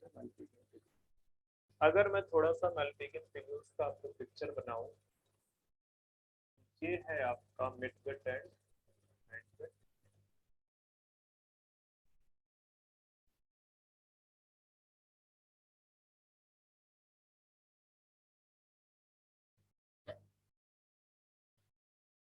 मिडगट एंड हैंडगट है। यहाँ से इस तरह से क्या लगा हुआ है, मैल्पिगन ट्यूब्यूल। इसकी जो मैल्पिगन ट्यूब्यूल्स की जो इनर लाइनिंग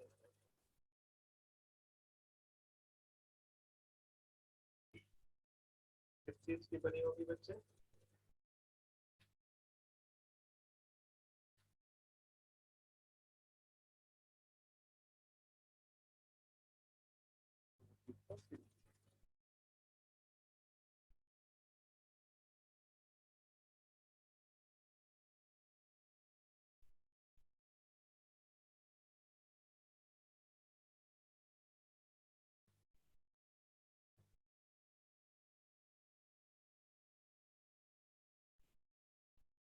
ciliated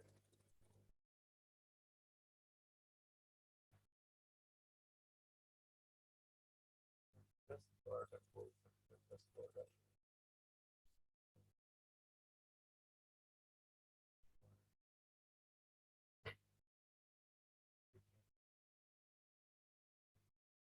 एनसीईआरटी में शायद सिलिएटेड एपिथेलियम लिखा हुआ है, तो आपसे इतना ही पूछेगा, इस ये पूरा डिटेल पूछने के चांसेस कम है। तो सिलिएटेड एपिथेलियम का बना हुआ है, ठीक है।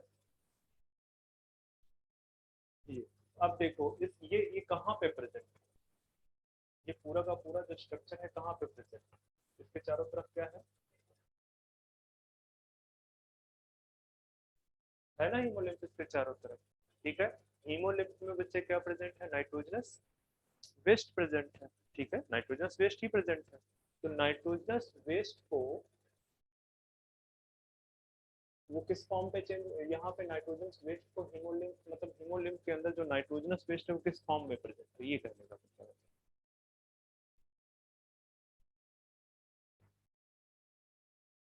हाँ, मैंने आराम नहीं भी किया था क्या अभी? किस फॉर्म में प्रेजेंट सर है वो ये? क्या लिखे, सिलिएटेड एंड, हाँ बच्चे, सर वो क्या लिखे सर, सिलिएटेड एंड,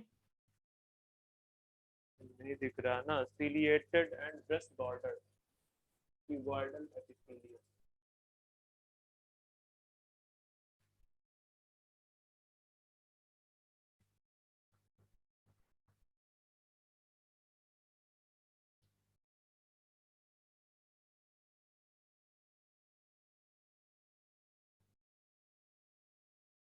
बताया नहीं तो हमें कहाँ आता यूरिया के फॉर्म में, ये कैसे ऑर्गेनिज्म, ये तो बताने जा रहा था उससे। यूरिक एसिड तो क्या प्रेजेंट है? यूरिक एसिड, तो यूरिक एसिड हीमोलिम्फ से कहाँ जाएगा?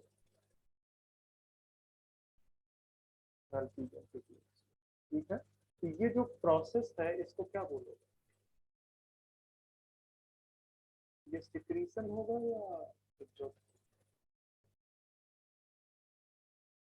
अच्छा, अगर थोड़ा बहुत तुमको फिजियोलॉजी का पार्ट याद हो तो तुम अपनी नर्वस सिस्टम में, सॉरी नर्वस कह रहा हूँ, अपने एक्सक्रीटरी सिस्टम के अंदर जो नेफ्रॉन्स हो, नेफ्रॉन्स में वो जो सारा लिक्विड को लेके अंदर आता है, तो वो कौन सा प्रोसेस कहलाता है? कौन? अच्छा ये बता दो कि नेफ्रॉन्स में वो जो बेसिक स्टेप्स हैं रीअब्जॉर्प्शन वगैरह, वो कौन कौन से?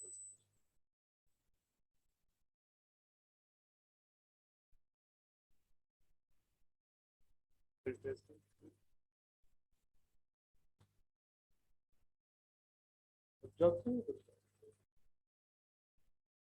एब्जॉर्प्शन है कुछ और?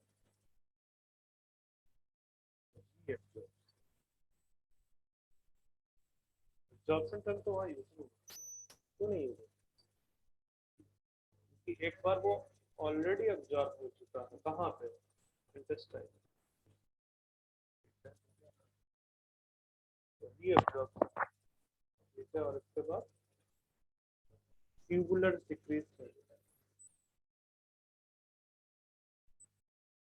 तो वहाँ पे जो वो आयंस होते हैं लाइक अमोनियम आयन वगैरह, वो उनका एब्जॉर्प्शन होता है या सिक्रीशन?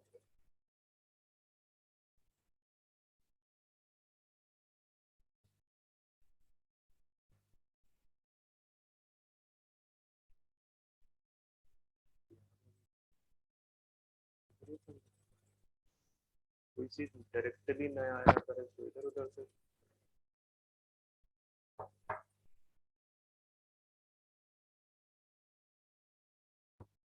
आज नहीं खत्म होगा?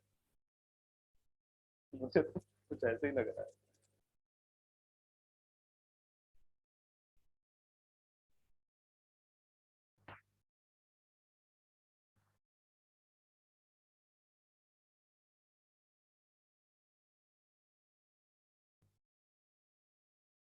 चलो अभी तो यार पूरा रिप्रोडक्टिव सिस्टम पर हो रहा है, रिप्रोडक्टिव सिस्टम काफी बड़ा है।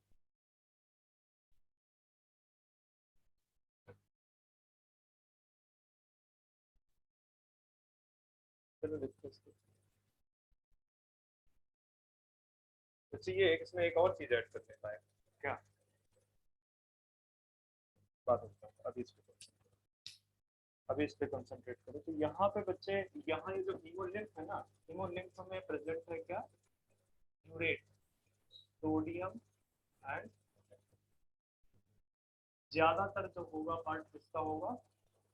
पोटेशियम यूरेट का। ठीक है, एनसीईआरटी ने सिर्फ पोटेशियम यूरेट मेंशन किया, सोडियम के बारे में बात किया।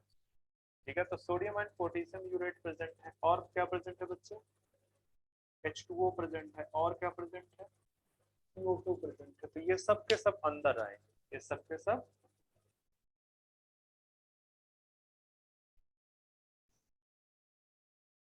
और इन सबको सब से क्या बना दिया जाएगा बच्चे? Uric acid. और साथ में मतलब ये पूरा का पूरा प्रोसेस होगा, ठीक है।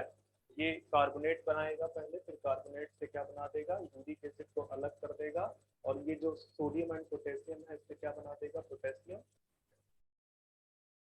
Bicarbonate, potassium bicarbonate. ठीक है, तो ये uric acid basically potassium bicarbonate तो फिर से बाहर चला जाए, ठीक है। पोटेशियम बाइकार्बोनेट क्या हो जाएगा? फिर से बाहर चला जाएगा। बट ये जो यूरिक एसिड है ये आ जाएगा कहाँ पे? हैंड कट, ठीक है। और हैंड कट से जो है क्या कहते हैं, ये रिमूव हो जाएगा, ये ingested with faecal matter. Faecal matter के थ्रू इसको क्या कर दिया जाएगा? बाहर कर दिया जाएगा। ठीक है, तो ये इतनी सी प्रोसेस है कि जो H2O है, जो CO2 है, ये जो यूरेट है, ये सब के सब मेल्पिगन ट्यूब्यूल्स के अंदर आएंगे। वहां पे बेसिकली जो है क्या कहते हैं, आपस में केमिकल रिएक्शन होगी जिससे यूरिक एसिड बनेगा और बाइकार्बोनेट बनेगा। बाइकार्बोनेट को बाहर कर दिया जाएगा फिर से, और यूरिक एसिड जो है इजेक्ट कर दिया जाएगा बाहर की तरफ। और एक चीज यहाँ पे मैंने जो लिखाना था, तो यहाँ पे एनसीईआरटी ने जो लिखा है सिलिएटेड एंड ग्लैंडुलर एपिथेलियम लिखा हुआ, तो बच्चे लिख सकते हैं। तो ये जो लाइनिंग है इस तरह से लिखा है, मैं ऊपर लिख देता हूँ कहीं पे, ठीक है, यहाँ पे मैं लिख देता हूँ जो लाइनिंग है किसकी, ऑफ मैल्पिगियन ट्यूब्यूल। अब लाइनिंग अपने आप में क्या इंडिकेट कर रही है कि इनर लाइनिंग की बात की जा रही है, ठीक है। ये सिलिएटेड है एंड ग्लैंडुलर है, इस तरह से लिखा है, ठीक है। तो बाकी का आपको अपने आप से ऐड कर लेना, ठीक है, ciliated and glandular.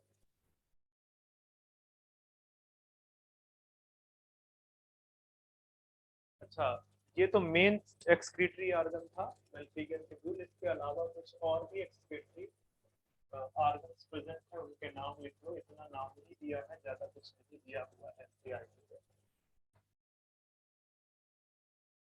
Faecal matter,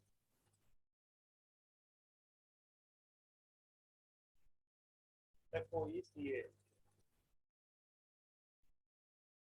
अच्छा, ऑनलाइन वाले बच्चों का क्या हाल है, ये तो बहुत ही अजीब सा दिख रहा है।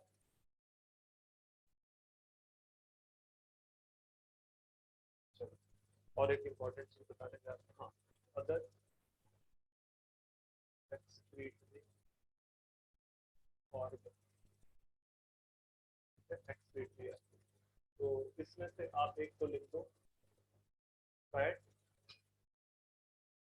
कई टाइप की सेल्स पाई जाती हैं, ठीक है, उनको फैट बॉडी बोलते हैं। उन फैट बॉडी में से, ठीक है, तो आप यहाँ पे लिख दो, ये बेसिकली स्टोरेज एक्सक्रीटरी ऑर्गन की तरह एक्ट करता है। मतलब कि नाइट्रोजन बेस को क्या करता है, स्टोर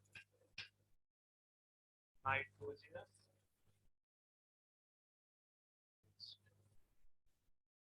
दूसरा क्या है बच्चे,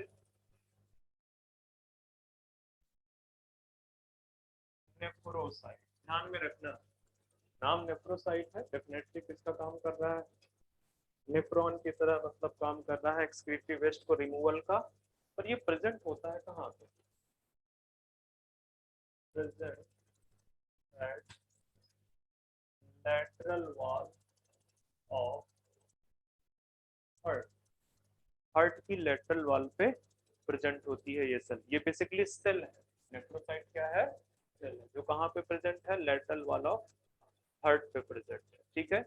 ये भी बेसिकली क्या करती है, excretion of nitrogenous nitrogenous waste. Nitrogenous waste को क्या करता है, ये एक्सक्रीट करता है। हो गया। तीसरा है बच्चे,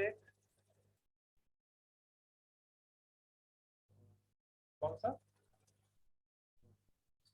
यूरियोज नहीं होता, यूरिकोज।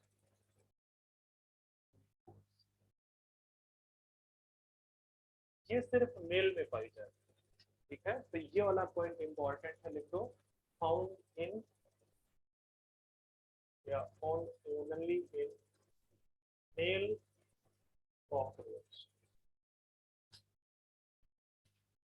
Of some species. सिर्फ कुछ ही स्पीसीज में पाया जाता है, सब में।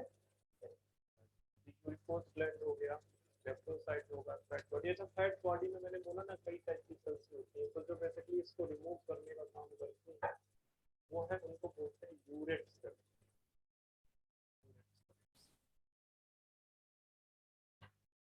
एनसीईआरटी में ये तीन मेंशन है आपका, फैट बॉडी, नेफ्रोसाइट एंड यूरिकल। इसके अलावा एक और लिख लो अगर लिखना चाहो, क्यूटिकल। क्यूटिकल, क्यूटिकल में जो सेल्स हैं क्यूटिकल के साथ में लगी हुई, ठीक है, उनमें क्या स्टोर हो जाता है, नाइट्रोजन। और जब वो बाहर चली जाती है तो उनके साथ नाइट्रोजन भी क्या हो जाता है, रिमूव हो जाती है। तो ये मॉल्टिंग के टाइम पे पाया जाता है, ठीक है। तो आप ये बोल सकते हो कि फाउंड इन किसमें मिलेगा,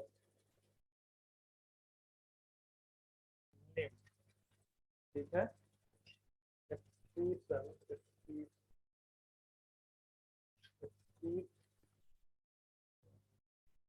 to remove nitrogenous waste. Remove nitrogenous during malting. During malting के दौरान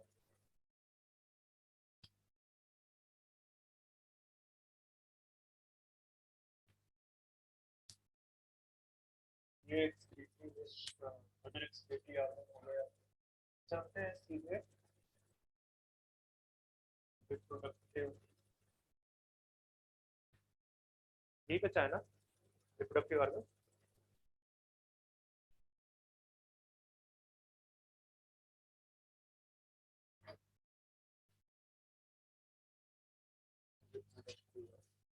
ठीक है, तो सबसे पहले बात करते हैं हम male reproductive.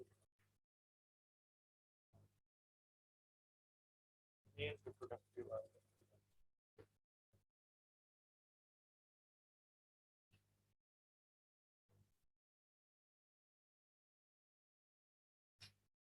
Male reproductive organ आपको पता ही है कि टेस्टिस है।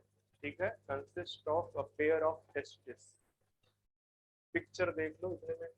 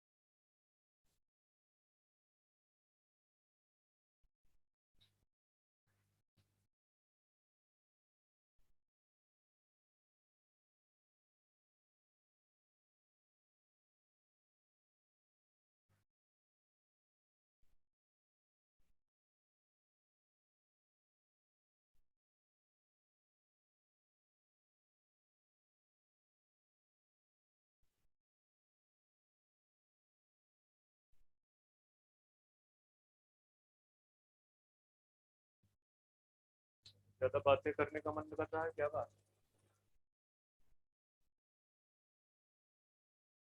तो जो टेस्टिस है बच्चे, टेस्टिस आपका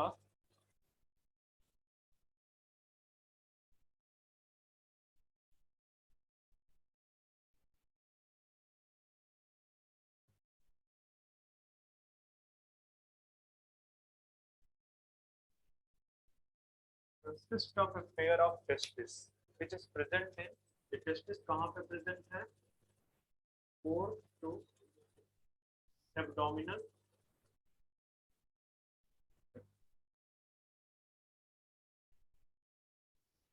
4 to 6 एब्डोमिनल सेगमेंट में ये मिलेगा। ठीक है,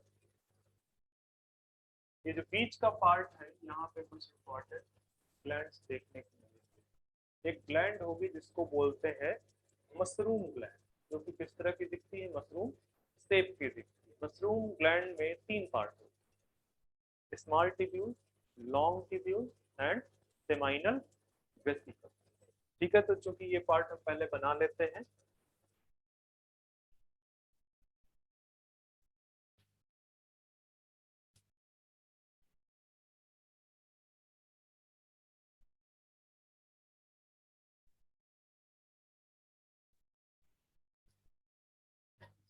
ये है लॉन्ग ट्यूब्यूल।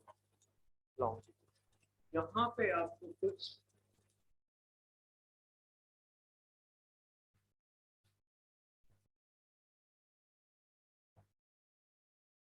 स्मॉल ट्यूब्यूल्स देखने को मिले, और इसके अलावा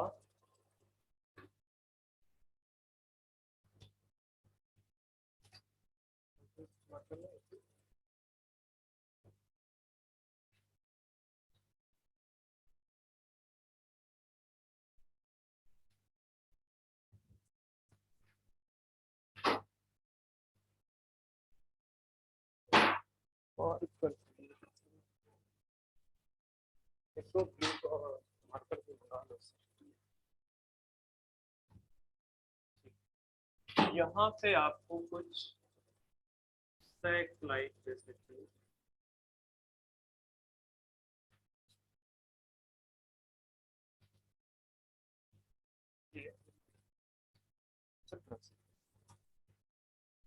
ये इस तरह से सेमाइनल वेसिकल्स देखने को मिले। ठीक है, सेमाइनल वेसिकल्स के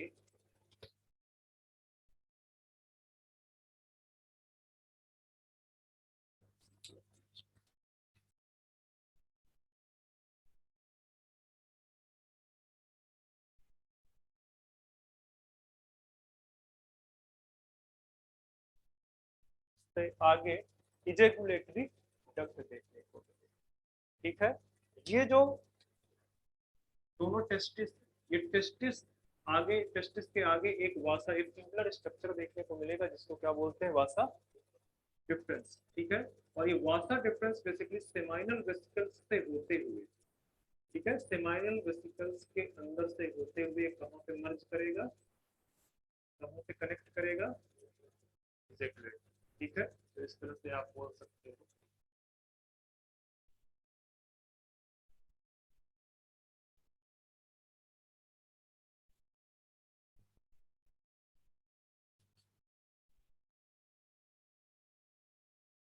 ठीक है,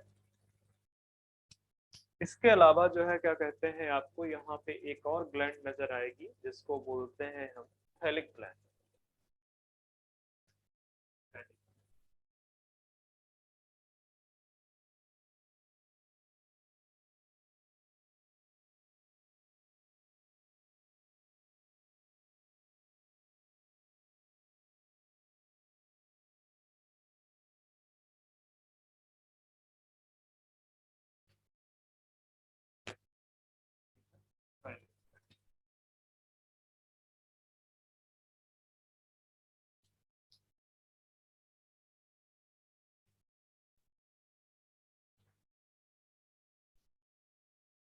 ये ये जो है क्या कहते हैं, जहाँ पे seminal vesicles, sorry seminal vesicle बोल रहा हूँ, जहाँ पे इजैकुलेटरी डक्ट एंड फेलिक ग्लैंड की ओपनिंग आके मर्ज हो रही है या ज्वाइन कर रही है, जिसको बोलते हैं जेनेटिकल पाउच।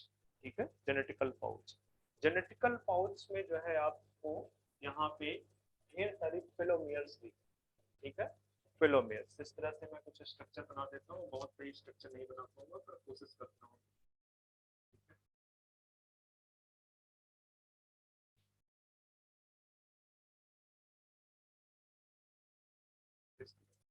ठीक है, इनको फिलोमियर बोलते हैं या मेल गुनैकोफाइसिस बोलते हैं। ठीक है, मेल गुनैकोफाइसिस बोलते हैं। कंप्लीट है, कुछ लेवल करना है।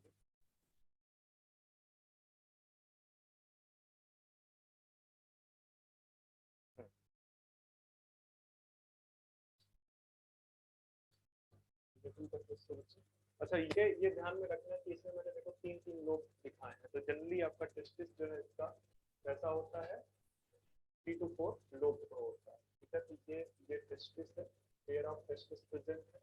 ये जो स्ट्रक्चर आपको दिख रहा है ये क्या है, वासा डिफरेंशिया या वासा डिफरेंस है, ये सेम चीज है। ठीक है, ये जो स्ट्रक्चर पूरा का पूरा आपको दिख रहा है, मैं इसको बाहर लिखता हूँ, पहले यहाँ पे लिख देता हूँ कि ये लॉन्ग ट्यूब्यूल्स है। लॉन्ग ट्यूब्यूल्स का एक और नाम है बच्चे यूट्रिकली मेजर। ठीक है, पर हमको जरूरत नहीं है क्योंकि एनसीईआरटी में ये लिखा हुआ है। ये जो छोटी छोटी दिख रही है ये स्मॉल ट्यूब्यूल्स है, और ये जो सैक लाइक स्ट्रक्चर दिख रहे हैं ये क्या है, सेमाइनल वेसिकल्स। और ये तीनों मिलकर क्या बनाते हैं बच्चे, मशरूम ग्लैंड। मशरूम ग्लैंड को आप यूट्रिकुलर ग्लैंड के नाम से भी जानते हैं। मशरूम ग्लैंड या यूट्रिकुलर ग्लैंड। तो मशरूम ग्लैंड का शेप कैसा है बच्चे, मशरूम। एनसीईआरटी में देखना, एनसीईआरटी ने बच्चे नाम नहीं दिया इस ग्लैंड का।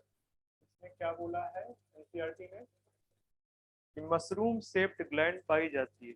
ठीक है, कौन सी ग्लैंड है, मशरूम शेप्ड ग्लैंड। ठीक है, मशरूम शेप्ड जो एक ग्लैंड है ये किस सेगमेंट में पाई जाती है, 6 to 7 एब्डोमिनल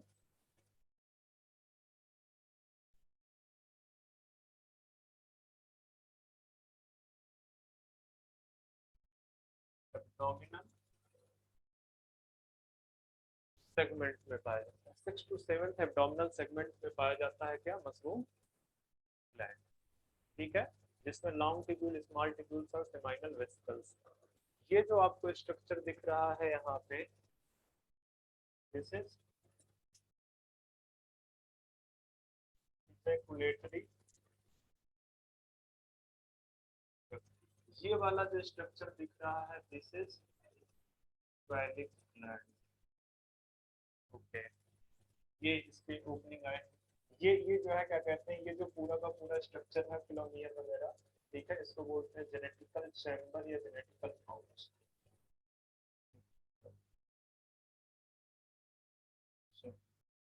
ठीक है, बाकी ये NS,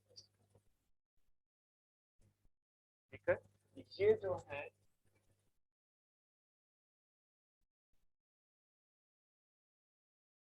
right, left and ventral fellow, जिसको आप किस नाम से जानते हैं बच्चे, मेल गोनैको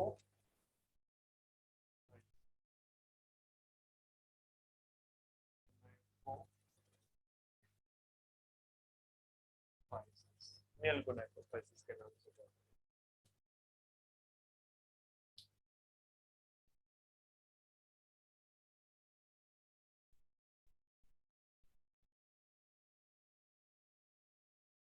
क्वेश्चन तो बहुत सारे बन सकते हैं बच्चे के, किस सेगमेंट में प्रेजेंट है, कितने है, नंबर कितना है, किससे क्या कनेक्ट कर रहा है। ठीक है,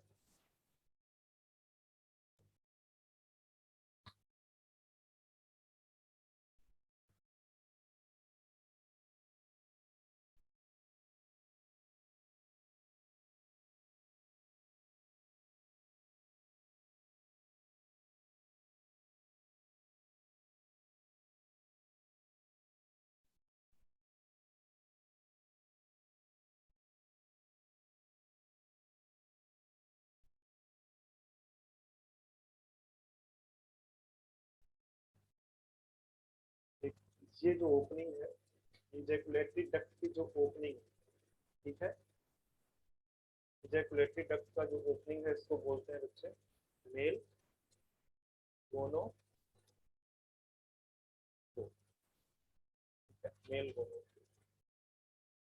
मेल गोनोफोर को चारों तरफ से किसने कवर कर रखा हुआ बच्चे, मेल गोनैकोफाइसिस। ठीक है, एंड मेल गोनैकोफाइसिस रिप्रेजेंट एक्सटर्नल जेनाइटेलियम, क्या रिप्रेजेंट करेगा, जेनाइटेलियम ऑफ मेल, एक्सटर्नल जेनाइटेलियम। मेल गोनैकोफाइसिस और एनल स्टाइल, यहीं पे एनल स्टाइल भी प्रेजेंट होते हैं नहीं।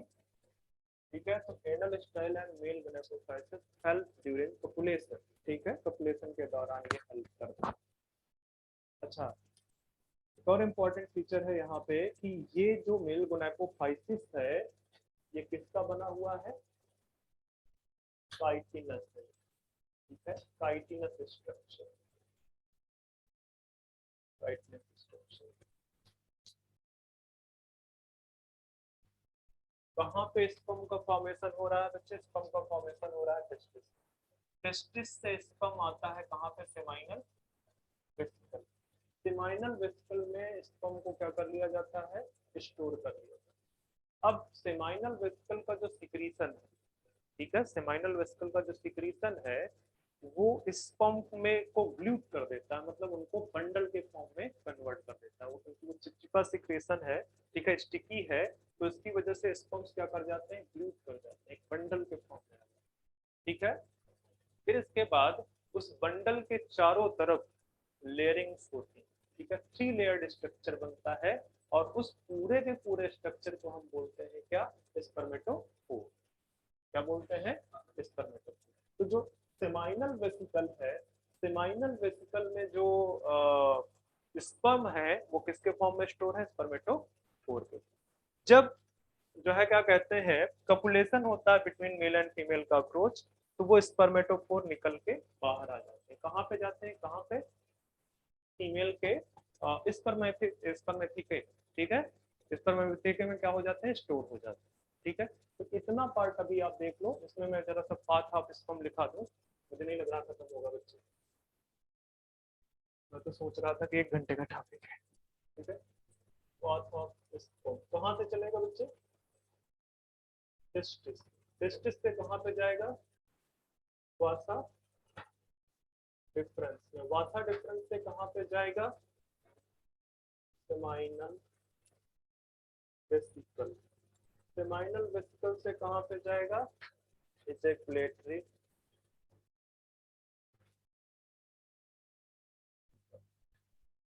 और इजैकुलेटरी डक्ट से सीधे फीमेल जेनिटल ट्रैक्ट में ड्यूरिंग कॉपुलेशन। तो हम यही कर सकेंगे, ठीक है। टेस्टिस के बारे में मैंने पहले ही बता रखा है कि 4 से 6 सेगमेंट एब्डोमिनल सेगमेंट में प्रेजेंट। पोजीशन बच्चे क्या है इनकी, लेटरल, ठीक है, लेटरल पोजीशन है, दोनों साइड से प्रेजेंट होंगे, ओके। वासा डिफरेंस बेसिकली ट्यूबुलर स्ट्रक्चर है जो कहाँ से अराइज हो रहा है, किसको कनेक्ट कर रहा है, सेमाइनल वेसिकल। सेमाइनल वेसिकल में लिख दो स्टोरेज ऑफ स्पर्म, ठीक है, स्टोरेज ऑफ स्पर्म कहाँ पे हो रहा है, सेमाइनल वेसिकल में हो रहा है, ठीक है, इन फॉर्म ऑफ स्पर्मेटो,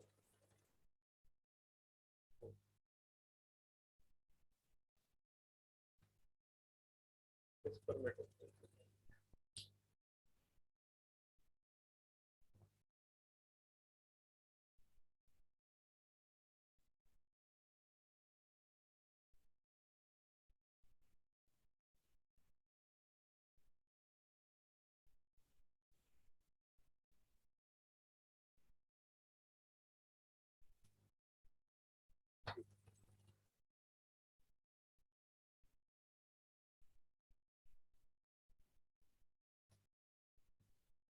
जरा से स्पर्मेटोफोर के बारे में लिख लो,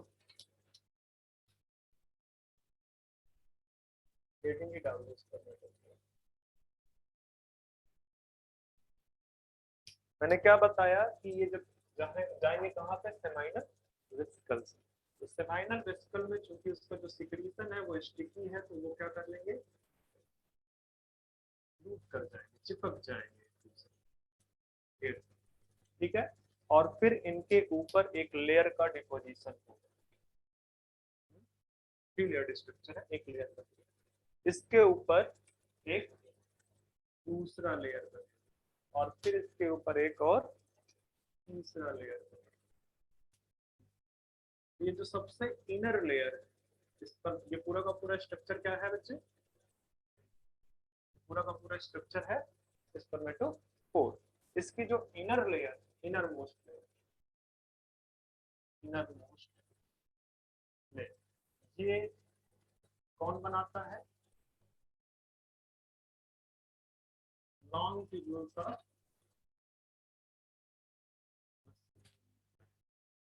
एनसीईआरटी में लॉन्ग ट्यूब्यूल करके लिखा तो मशरूम ग्लैंड नहीं देगा, सिर्फ क्या देगा, लॉन्ग ट्यूब्यूल देगा, ठीक है।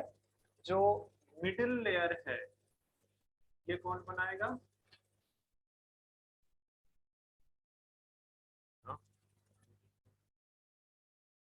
फॉर्म बाय इजैकुलेट, और जो ये वाला है outer layer, this is form by phallic, form by. अच्छा, अगर यहाँ पे स्पर्म है तो स्पर्म में बच्चे और भी क्या होना पड़ेगा, उनको खाने के लिए कुछ देना पड़ेगा, एंड द न्यूट्रिशन, न्यूट्रिशन जो प्रेजेंट है ये अंदर, ये वाले क्या है, चलो ये जो स्पर्म है, ठीक है, स्पर्म को न्यूट्रिशन प्रोवाइड करेगा कौन, न्यूट्रिशन प्रोवाइडेड बाय, बताओ, अभी तो नाम ले रहे थे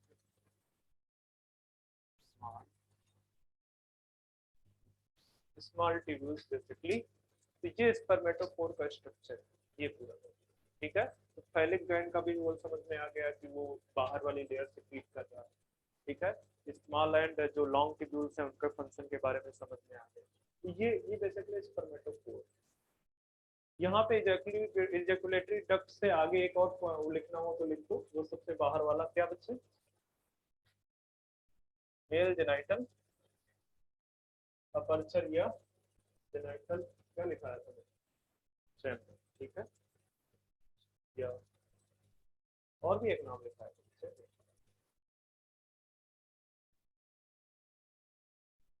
गोनोपोर, इसी को तो लिखा है ना।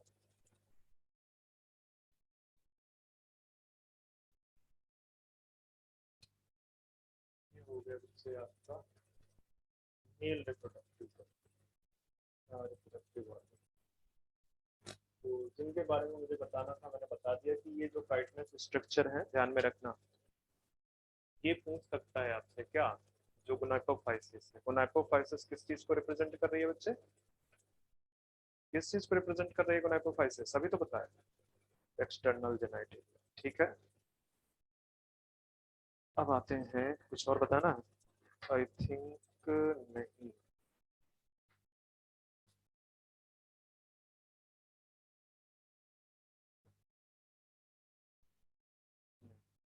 अब टाइम कितना है, ओहो मिस कर दूंगा मैं इसको ऑलमोस्ट, थोड़ा तो मैं इधर उधर वैसे ही खा जाता हूँ टाइम दूसरे का। मुझे बस एक पॉइंट इसमें और ऐड कर दो, जहाँ पे आपने ये फिलोमियर लिखे हैं वो लिखा हुआ है गोनाइकोफाइसिस, जहाँ पे वहाँ पे मैंने क्या लिखा है काइटनस स्ट्रक्चर, ठीक है। वहाँ पे एक और चीज लिख दो एसिमेट्रिकल, ये कैसा है एसिमेट्रिक, एनसीईआरटी का पॉइंट है, ठीक है। एसिमेट्रिकल काइटिनस स्ट्रक्चर है जो कि सराउंड करता है किसको, अभी इसको तो पहले बता दिया था मैंने, सराउंड द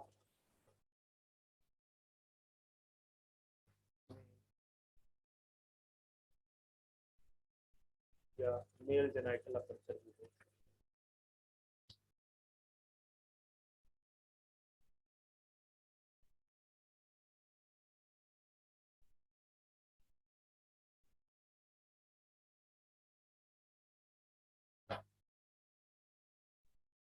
देखो जरा फीमेल रिप्रोडक्टिव सिस्टम या अप्रोच,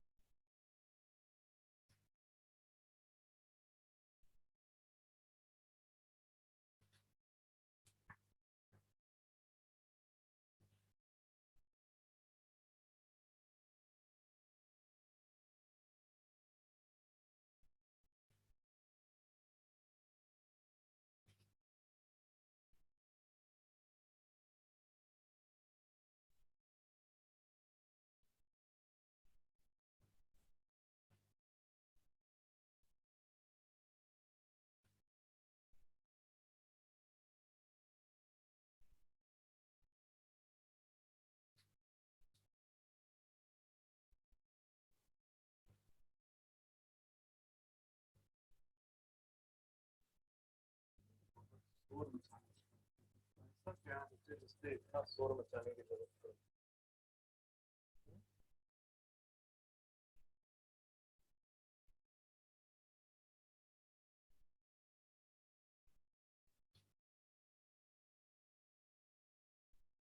देखो जो फीमेल रिप्रोडक्टिव सिस्टम है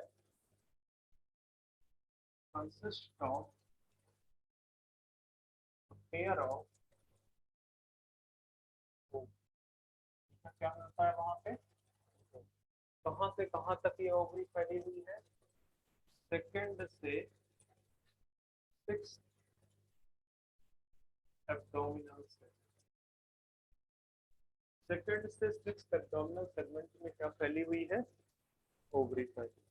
ठीक है, तो ये जो दो स्ट्रक्चर आपको दिख रहे हैं ये क्या है, ovary. And this ovary is made up of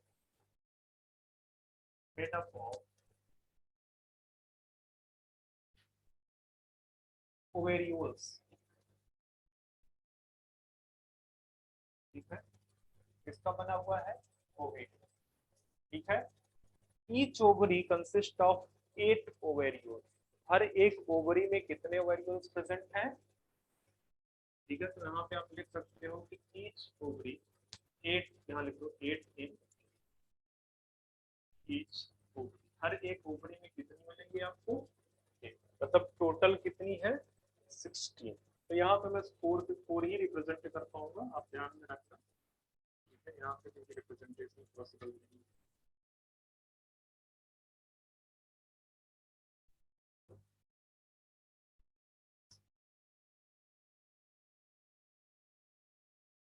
ये मान लेना कि इसके पीछे छिप गए।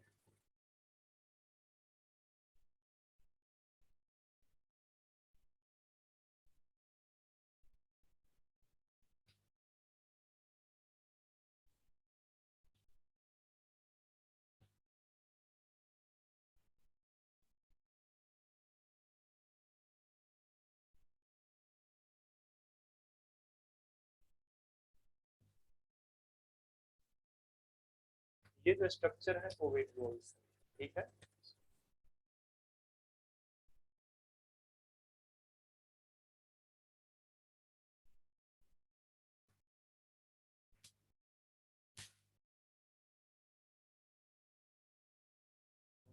ये पूरा का पूरा स्ट्रक्चर ओवरी का है, और इसके अंदर ये जो प्रेजेंट है ये सब क्या है बच्चे, ओवेरियंस। ठीक है, इनका नंबर क्या है, हर एक 8। ये जो स्ट्रक्चर आपको दिख रहा है ये दो, ठीक है, ये क्या है ओवी,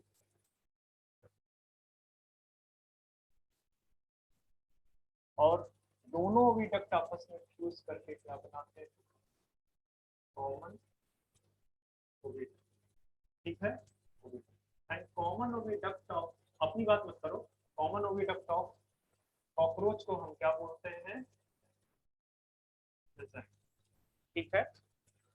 ये जो स्ट्रक्चर आपको दिख रहा है ये है फीमेल जेनिटल पोर।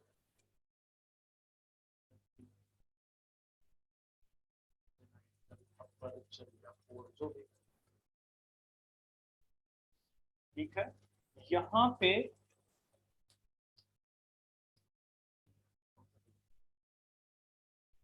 कुछ ओवी पॉजिटिव पाए जाते हैं,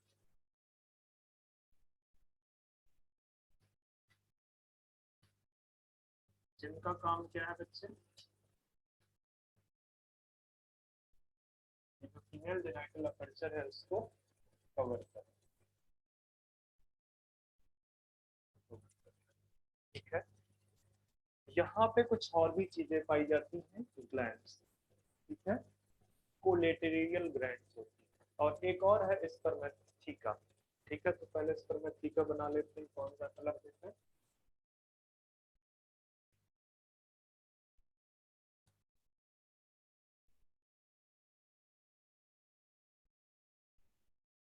ये स्पर्मेथिका पेयर है, एक ये एक ये। ठीक है, मतलब कितने पेयर प्रेजेंट होते हैं, 1 ठीक है, साथ में आपको यहाँ पे कोलेट्रियल ग्लैंड्स भी दिखती हैं।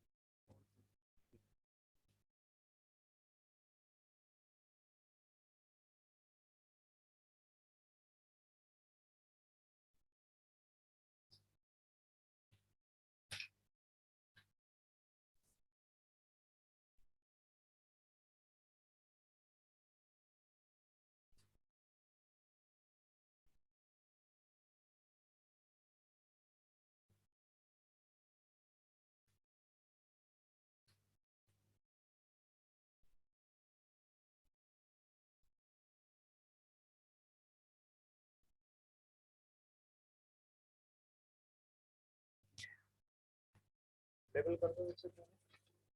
ये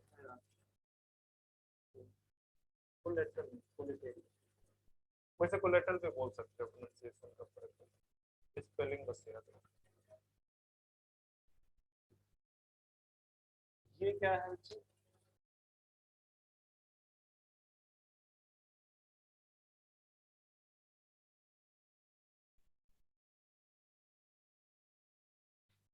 ये स्ट्रक्चर है आपका फीमेल रिप्रोडक्टिव सिस्टम का। ये कुछ ज्यादा टाइम हो रहा हो तो मैं छोड़ दूं, क्योंकि बच्चे मुझे लगेगा इसको फिनिश करने में ज्यादा वो भी पहुंच।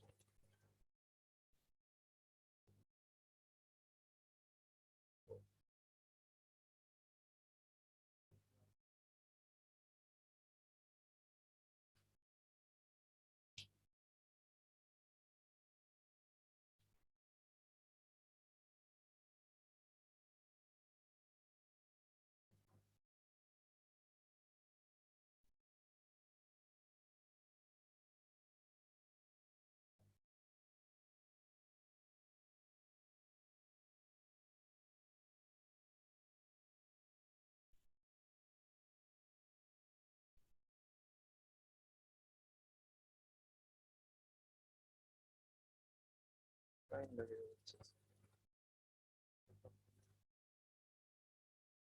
यहाँ पे बस एक चीज लिखा है,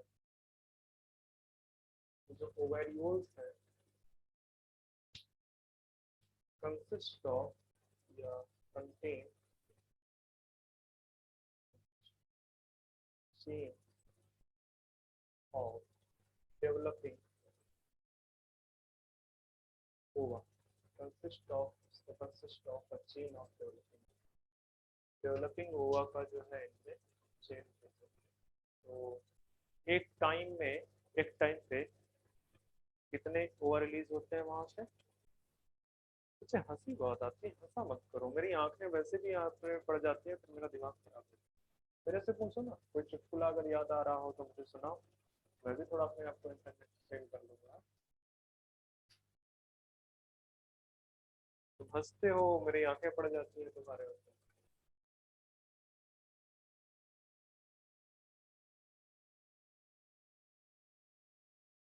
तो वैसे थोड़ा सा टाइम मैं लेके बता देता हूँ, मैं लिखाऊंगा नहीं तो समझने की कोशिश करो, क्योंकि पिक्चर याद कैसे बनाना पड़ेगा, बनाना नहीं सकता कि जो स्पर्मेटोफोर है, स्पर्मेटोफोर यहाँ पे आता है, वो अपना क्या करेगा, वो स्पर्मेटोफोर है ये पूरा, ठीक है।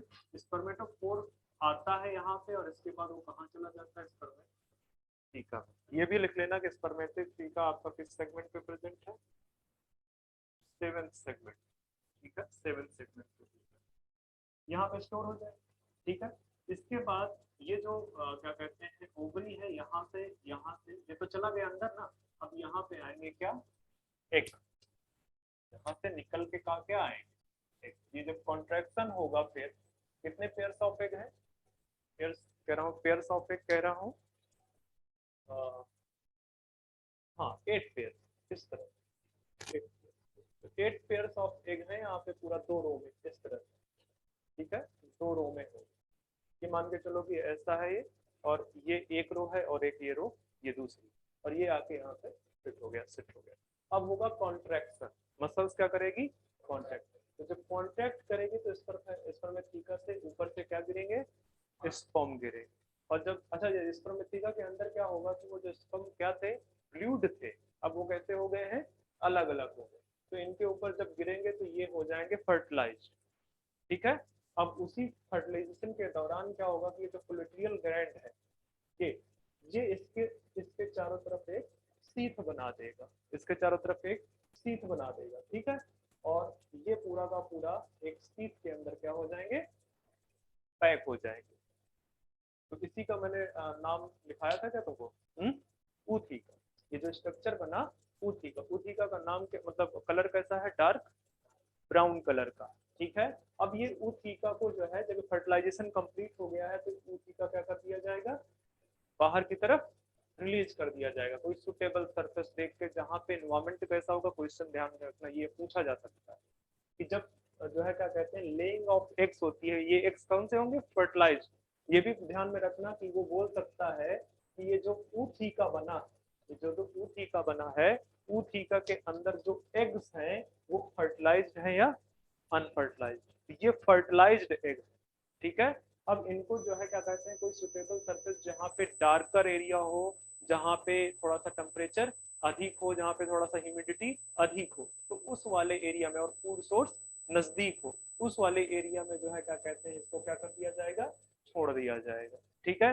और फिर इनसे स्टार्ट होगा इनका डेवलपमेंट, एम्ब्रायनिक डेवलपमेंट। तो जो एम्ब्रायनिक डेवलपमेंट है वो बेसिकली किस तरह का है, पालो मेटाबोलस, ठीक है।